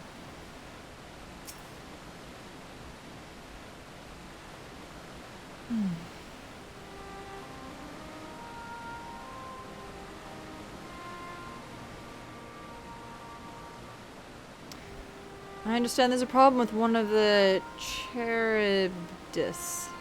Charybdis. Yes, that's right. As you know, the Charybdis is based on a sea creature. Owing to adjustments to enhance its affinity to wind, it is capable of flight. Specimens created in the concept would fly all over without issue, but a problem arose in subsequent generations. This third generation creature was born with an etheric balance leaning strongly towards water. Its aquatic origin reasserting itself, it would seem the result of its affinity to wind is diminished, and it cannot fly, no matter what we try. We can't even get it to rise even the slightest bit. So we can only hover. For such a change to manifest in so few generations, I fear we're too unstable and flawed. With your permission, we will revert the creatures and recommend the Bureau of the Concept be revised. Much as he hates that, it's like, oh, with its etheric balance leaning towards water, the Charybdis would indeed struggle to manipulate wind. Yet it is too early to conclude that it cannot fly. Having failed its first, it may simply have developed a fear. Shall I transform and fly with it, helping to manipulate wind until it finds its wings? What? You need to go to such lengths? I'm sorry, what? Excuse me? You don't know. But of course not. Transformation is an art which one manipulates a vast quantity of aether to construct another body around oneself. In practice, it allows one to assume any conceivable form, and therefore transcend the limits of one's flesh.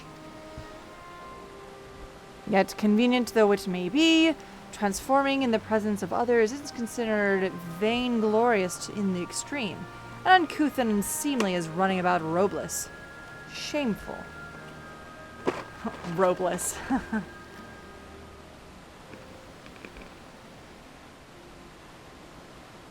Am I to understand you make a habit of this? Oh, nothing of the sort. It's just that when transformed, I can wield the wind and fly. It may seem excessive, but what is the shame to live next to the lives of these creatures? They deserve a chance, and we owe it to them to do all in our power. Be that as it may.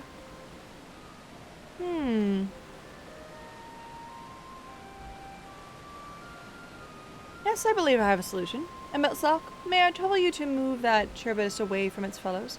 Somewhat out of sight.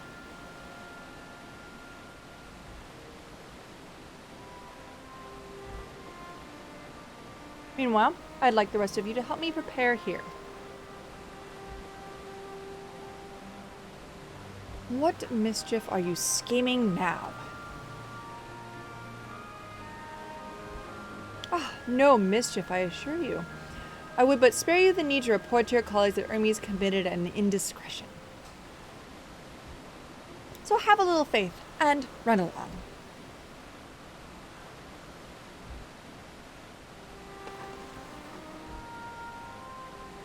I trust you don't mind.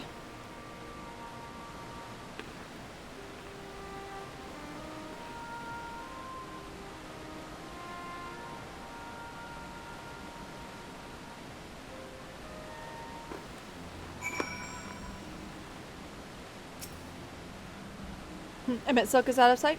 Good. Let's speak of the plan. It's a stroke of genius, really. You have Emetsalk train the Charybdis. What? Aside from being able to fly untransformed, he can readily see aether currents. And with his adept spellcraft, he can also employ suitable wind magics to glide the creature along. While he is indeed capable of all you described, it is not his duty. I'm loath to trouble with him with it.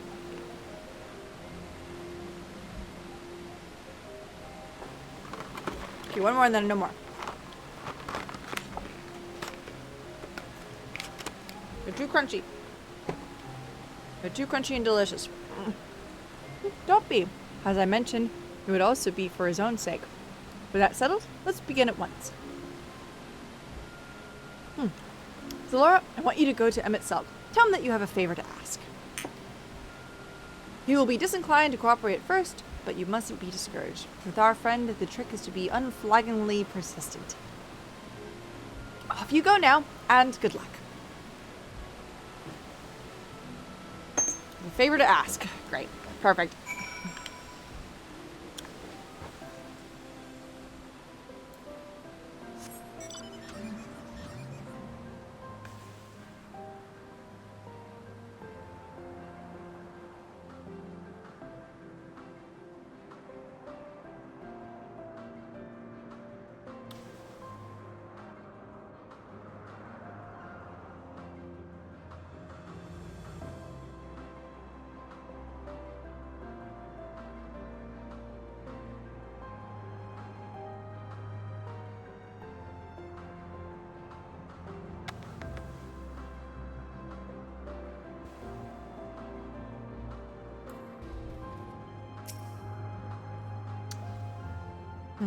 Are your preparations for the scheme clearing out a scheme complete?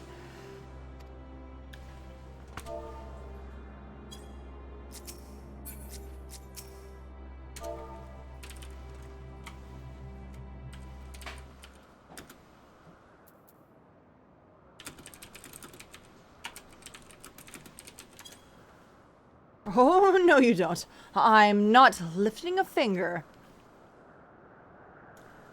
I don't know what Hetladeus is up to, and I will not be made to know. I refuse.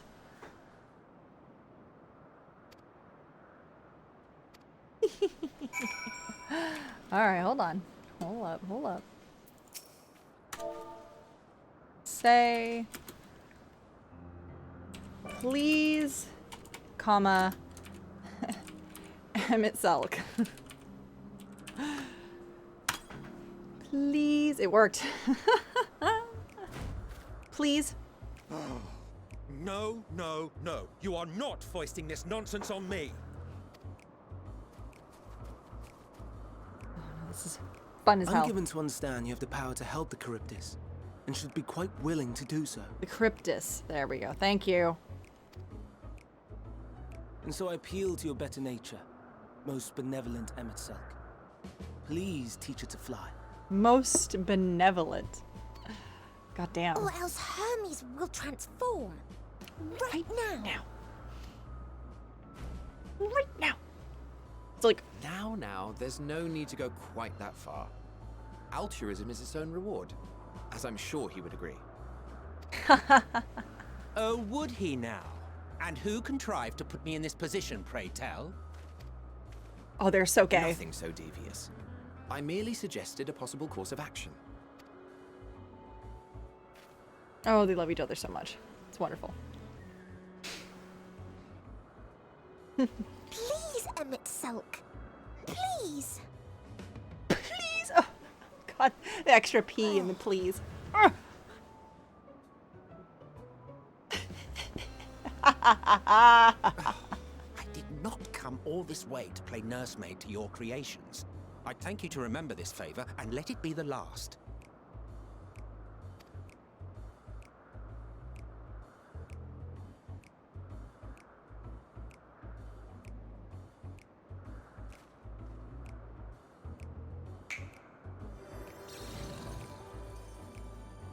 Woo.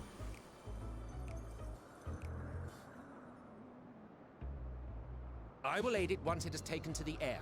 It falls to you to shepherd it skyward. Here's a mount. Get on it. Figure it out. Well, let's relax and enjoy the spectacle, shall we?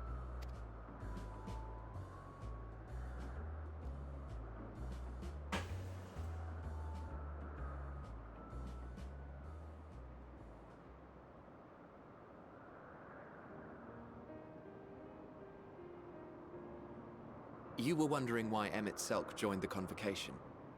Truth be told, he wasn't the first choice for the office. I was, on the strength of my ability to see ether. But I declined the offer. For though my vision is exceptional, I am pedestrian in all other aspects. Worse even. Quite abysmal when it comes to manipulating ether, for example. Couldn't transform even if I had a mind to do so. What good is the ability to perceive a problem if one cannot act to address it? Emmett Selk has no such shortcomings. He excels in vision and manipulation both, the latter to an extraordinary degree. He created a whole fucking If there is a mage city. more powerful, I do not know of them. Let me tell you how I recreated all of Amarat, by the way. You were right about that.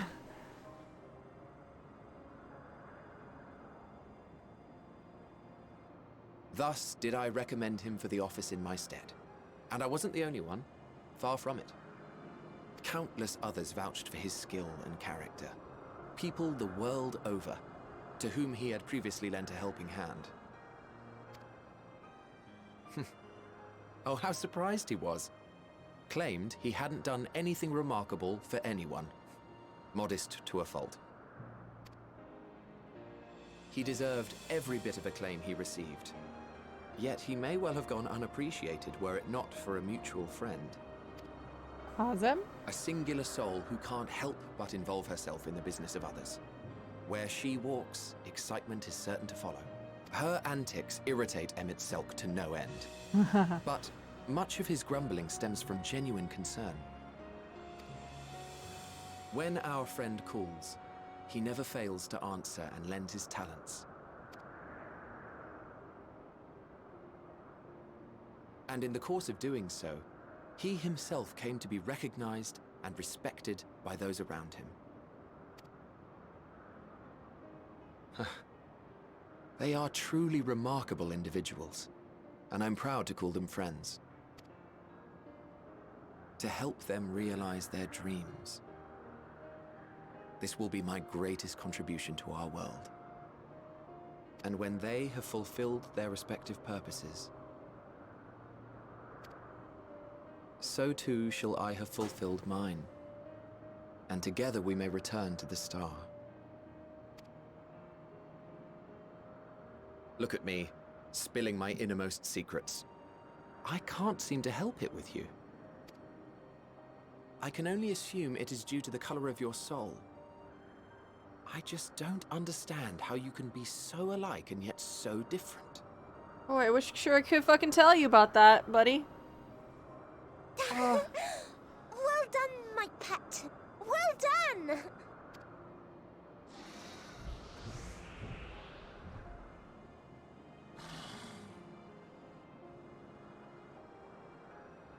Ah, yes. I dare say the Charybdis will be fine here on. Why don't you go and signal to Emmett Selk? Let him know that his arduous task is at an end.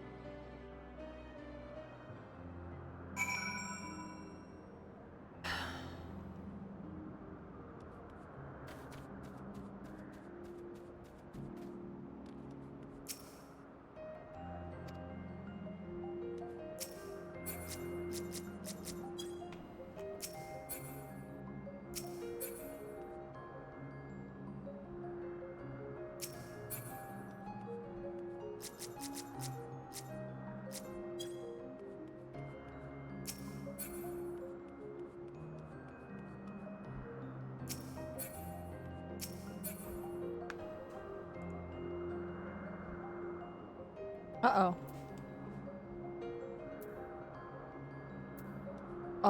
Uh-oh.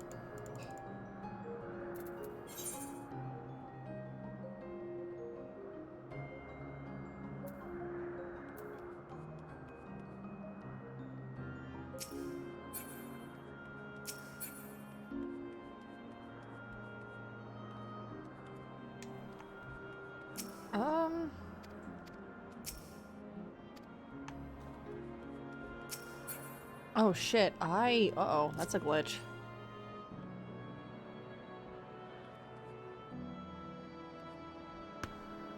Leave to Emmett Sock, hold on. Maybe if I just...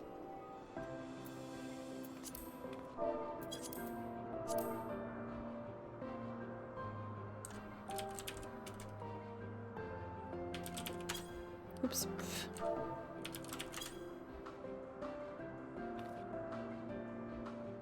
There we go. Okay, I was like, why can't I do anything? Oh, emerging from his reverie, Emmett Sock notices he begins to descend on the... with the Cherubus. Cherubus.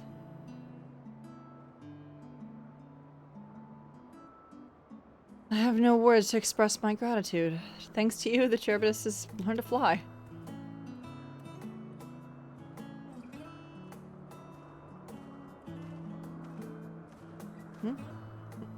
And Laura and I could relax and have a pleasant chat. I'm sure you did. The creature needed some small assistance at first, but soon was flying more or less on its own. I doubt you'll need to repeat the lesson. That was truly impressive.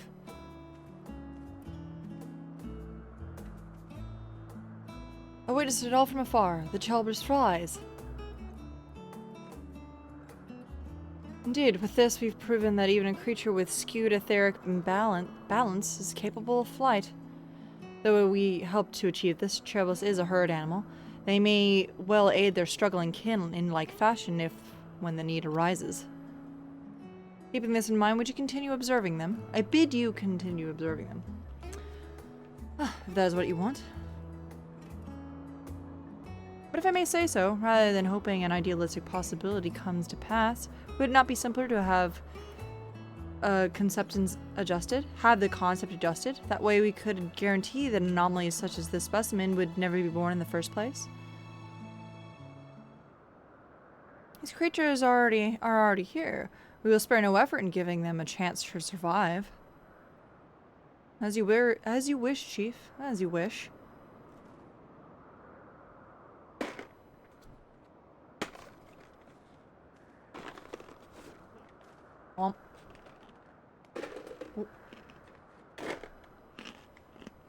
Hermes.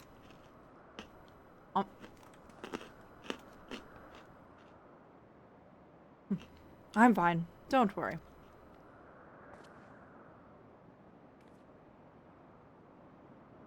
Well, that concludes all of my present tasks. Let's return to the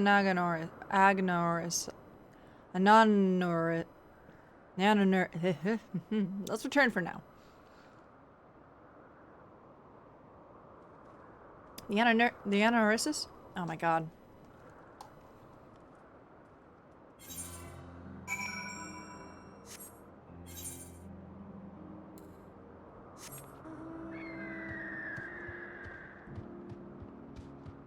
There's so much here.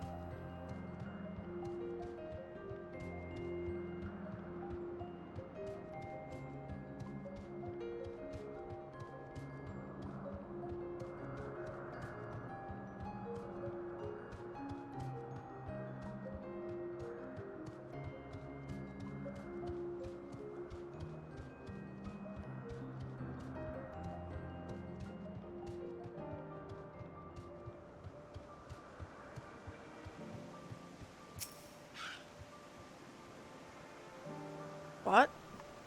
What? Want to apologize for forcing me to help you, do you? Save your breath. You didn't force me to do anything. I merely chose the most expeditious way to have done impedient with an impediment to our business. Hilda is just like, oh, you're so cute.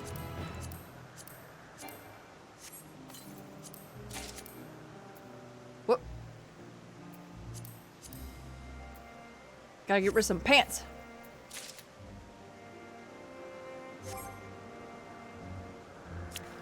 Well, we'll come back. Well, yeah, hold on. Let's get to our pants section.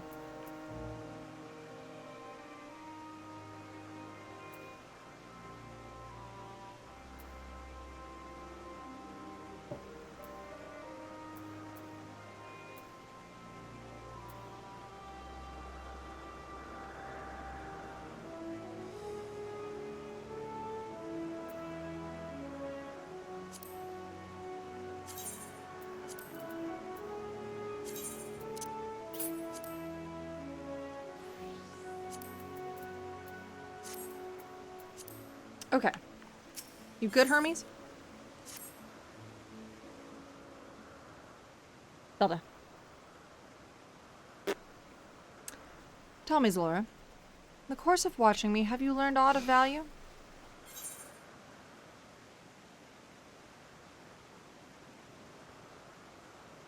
Dynamis seemed very promising.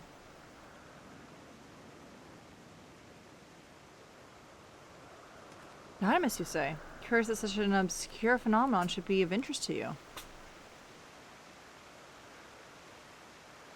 Chief Hermes, what good fortune to find you here? Something the matter? The Lycon, I'm afraid it's done it again. No sooner do we release one for observation than it's set upon a nearby occupants, slaughtering them. What does that mean? Was the creature hungry? Or somehow provoked? I had just fed it myself, and the occupants were keeping with wide berth. It is the nature of the Lycon is to blame, their innate viciousness. Temperament aside, it is an outstanding creation, perfect in form and function, though it may not be suited for release. I have no doubt that the Bureau will accept its concept for preservation. In any case, there's no point in postponing the inevitable. Doris will revert them all once the paperwork is in order. Where's the scene of the incident?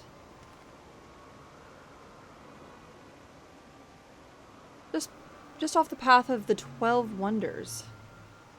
As you make your way, you should see it on the left. I don't know if Doros is still there, however. Hermes, wait!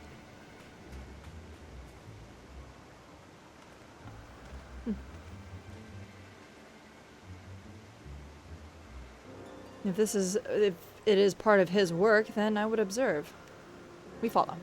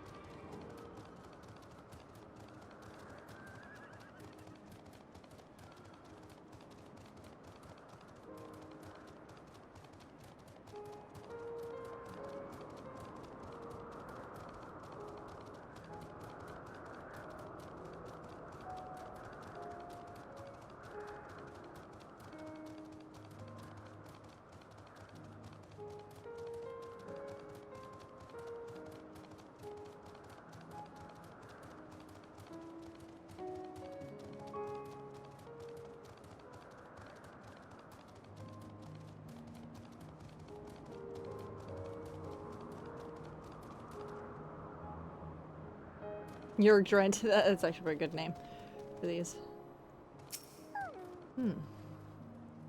Lacerations and burns are unmistakable. The Lycon was indeed responsible. But the creature is nowhere to be seen. Doros must have taken it away. The man makes his base at the 12 Wonders. I shall go and seek him out there. Myself and I will search for the area of the Good Measure to make sure the Lycon did not escape. My thanks. Let's meet the 12 Wonders when you have finished. Oh, gone ahead. Please follow with Zalora. Come, come! It's down this path and over the bridge.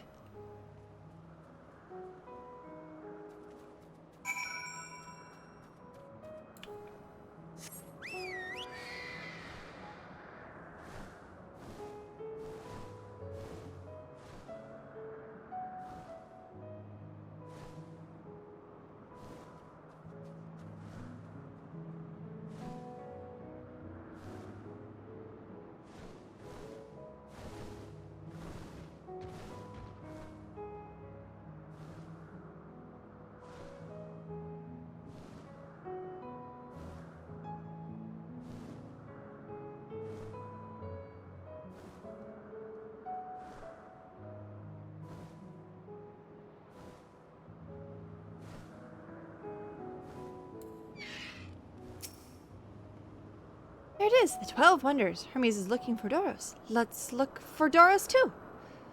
He's a man with long blonde hair. I think. I know him when I see him.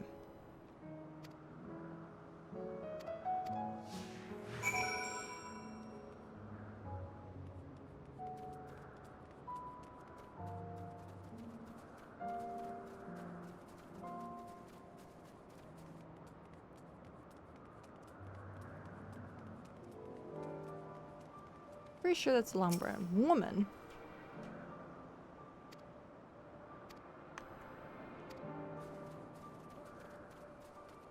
Dark-haired man, clearly not him.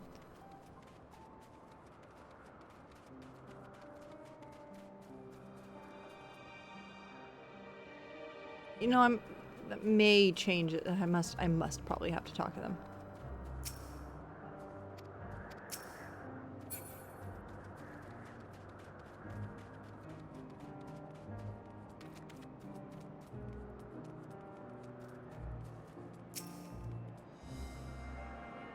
Can I actually attune to these things? Oh, I guess I can attune to them now. Fuck. Cool. Cool. There we go. Doros!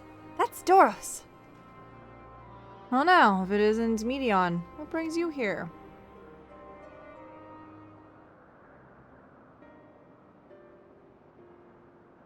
Ah, I thought I heard familiar voices. I didn't realize you two had decided to help me search for Doros. Thank you.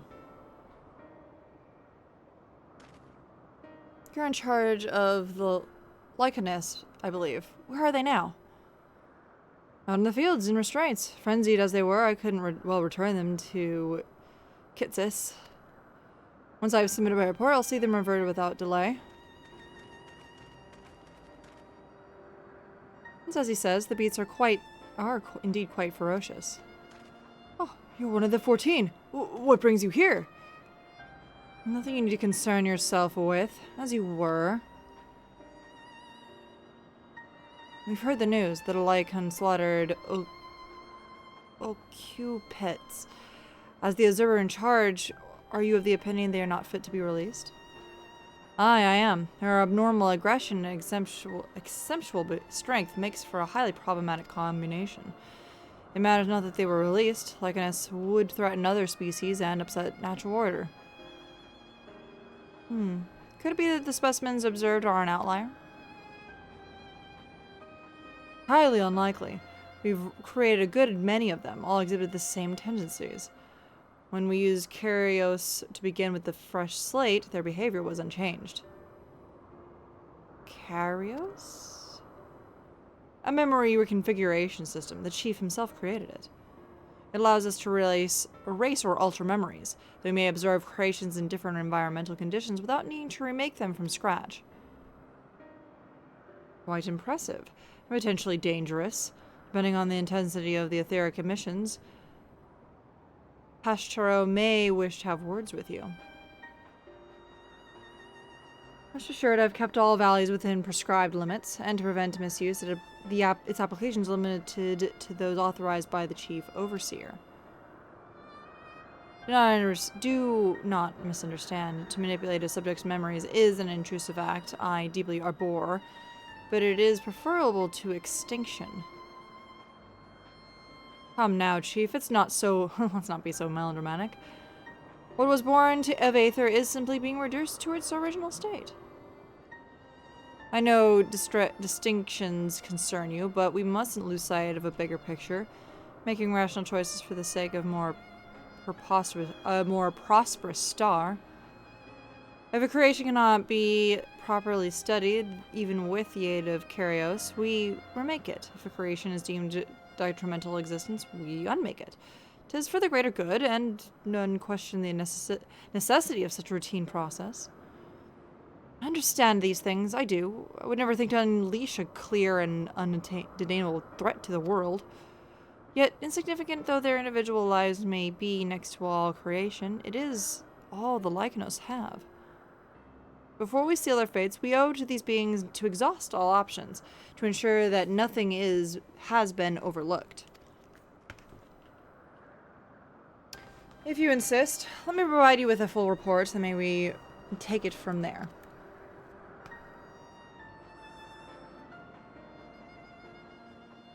Be possible for us to attend the discussion, that Emmett Silk may better carry out his duties? By all means. Pray, show them to the meeting room.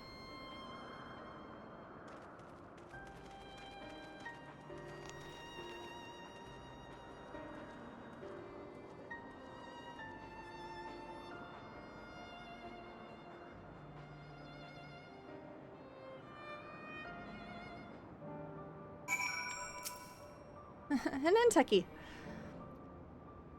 To man, other beings are just things, to be used and controlled, like magic. That's what Hermes told me once.